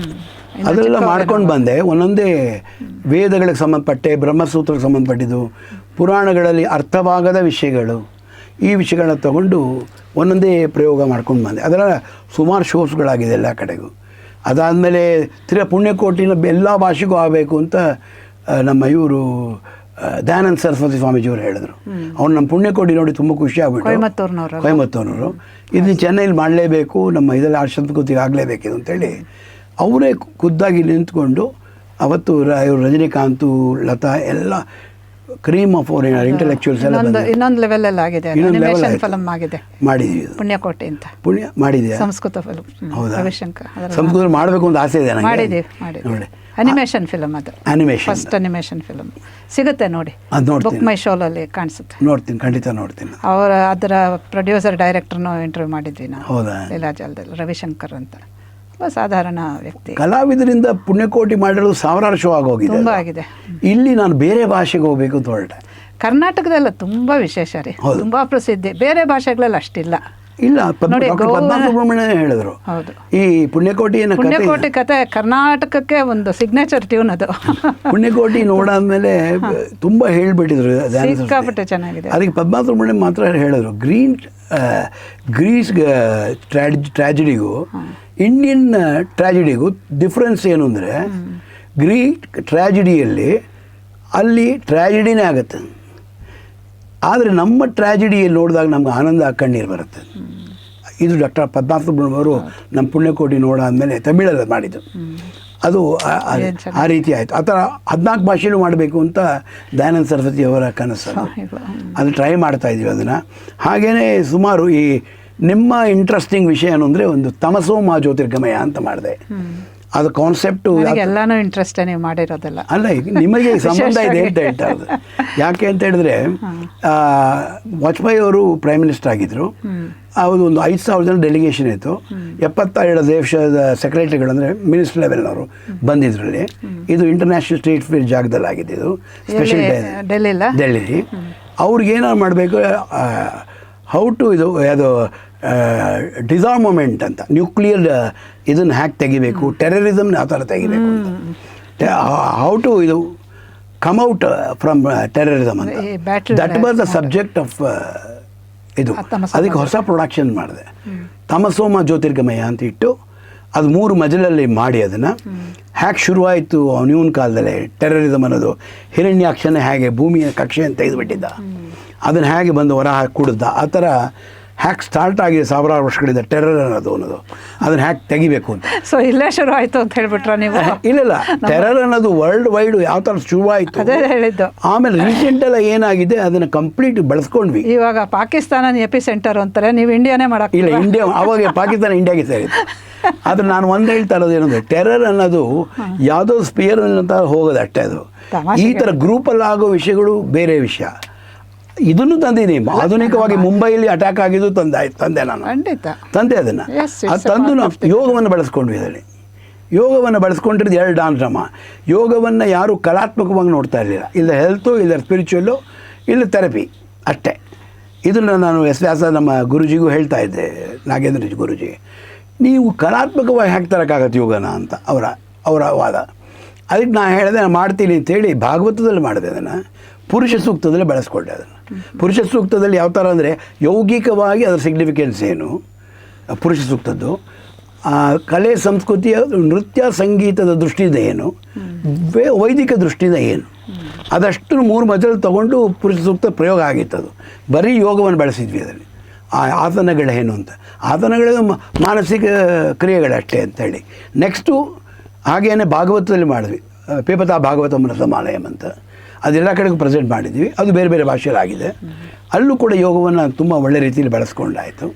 ಬರೀ ಪ್ರಾಪು ಮತ್ತು ಇದೇ ಫ್ಯಾಂಟಸಿ ಇದರಲ್ಲೇ ಹೊರಟೋಗ್ಬಿಡ್ತಾರೆ ಅನ್ನೋದು ತೆಗೆದುಹಾಕಬೇಕು ಅಂತಿತ್ತು ಒಂದು. ಆ ರೀತಿಯಲ್ಲಿ ಇದನ್ನು ಬೆಳೆಸ್ಕೊಂಡು ಮಾಡಿದ್ದೀವಿ. ಅದೇ ರೀತಿ ನೂರಾರು ಪ್ರದರ್ಶನಗಳು ಕಂಡಿದೆ ಇವೆಲ್ಲ. ಅದಾದಮೇಲೆ ನನ್ನ ಮಕ್ಕಳು ಭರತ್ ಶರತ್ತು ಅವರೀಗ ಒಂದು ಹರಿಕತೆ ಎಲ್ಲ ಶುರು ಮಾಡಿದ್ಮೇಲೆ ಆ ಪರಂಪರೆ ಮುಂದುವರಿತೀಯಲ್ಲ, 5 ಭಾಷೆಯಲ್ಲೂ ಬಳಸ್ಕೊಂಡು ಹರಿಕತೆ ಮಾಡ್ತಾನೆ. ತಮಿಳು, ತೆಲುಗು, ಮರಾಠಿ, ಕನ್ನಡ, ಸಂಸ್ಕೃತ ಮೂಲವಾಗಿ ಇಟ್ಕೋತಾನೆ ಯಾವಾಗಲೂ. ಅವನು ಸಂಸ್ಕೃತವನ್ನೇ ಮಾಡಿರೋದು MA ಇದ್ರ ಕಾಲೇಜಲ್ಲಿ, ಸಂಸ್ಕೃತ ಕಾಲೇಜಲ್ಲಿ. MBA ಮಾಡಾದ್ಮೇಲೆ ಅದು ಮಾಡೋದು ಅವನು. ಅವನಿಗೆ ಸಂಸ್ಕೃತದ ಎಲ್ಲ ವಿಚಾರಗಳು ತರಬೇಕು ಅಂತ ತುಂಬ ಮನಸ್ಸು ಬಂದುಬಿಟ್ಟಿದೆ. ಅದರ ಎಫೆಕ್ಟ್ 18 ಡೇಸ್ ಅದು. ಆಮೇಲೆ ಕಥಾಸ್ತ್ರ ಕುಮಾರವ್ಯಾಸ ಅಂತ ತಗೊಂಡು ಮಾಡಿದ್ರು, ಹೊಸ ಪ್ರಯೋಗ ಮಾಡಿದ್ರು. ಅದು ಸುಮಾರು ಪ್ರದರ್ಶನಗಳು ಹಾಕ್ಕೊಂಡು ಬರ್ತಾ ಇದೆ. ಅದನ್ನು ನೀವು ಅವ್ರ ಹತ್ರಕ್ಕೆ ಮಾತಾಡೋದು ಒಳ್ಳೆಯದು, ಭರತ್ ಶರತ್ ಹತ್ರಕ್ಕೆ ಮಾತಾಡೋದು ಒಳ್ಳೆಯದು. ಹೇಗೆ ಬೆಳೆಸ್ಕೊಂಡಿದ್ದಾರೆ, ಹೇಗೆ ಮಾಡಿದ್ದಾರೆ, ನಮ್ಮ ಪರಂಪರೆ ಹೇಗೆ ಬೆಳೆಸ್ಕೊಂಡಿದ್ದಾರೆ, ಅಧ್ಯಾತ್ಮ ಹೇಗೆ ಬೆಳೆಸ್ಕೊಂಡಿದ್ದಾರೆ, ಕಾವ್ಯವನ್ನು ಹೇಗೆ ಬೆಳೆಸ್ಕೊಂಡಿದ್ದಾರೆ ಅಂತೆಲ್ಲ ಇದು.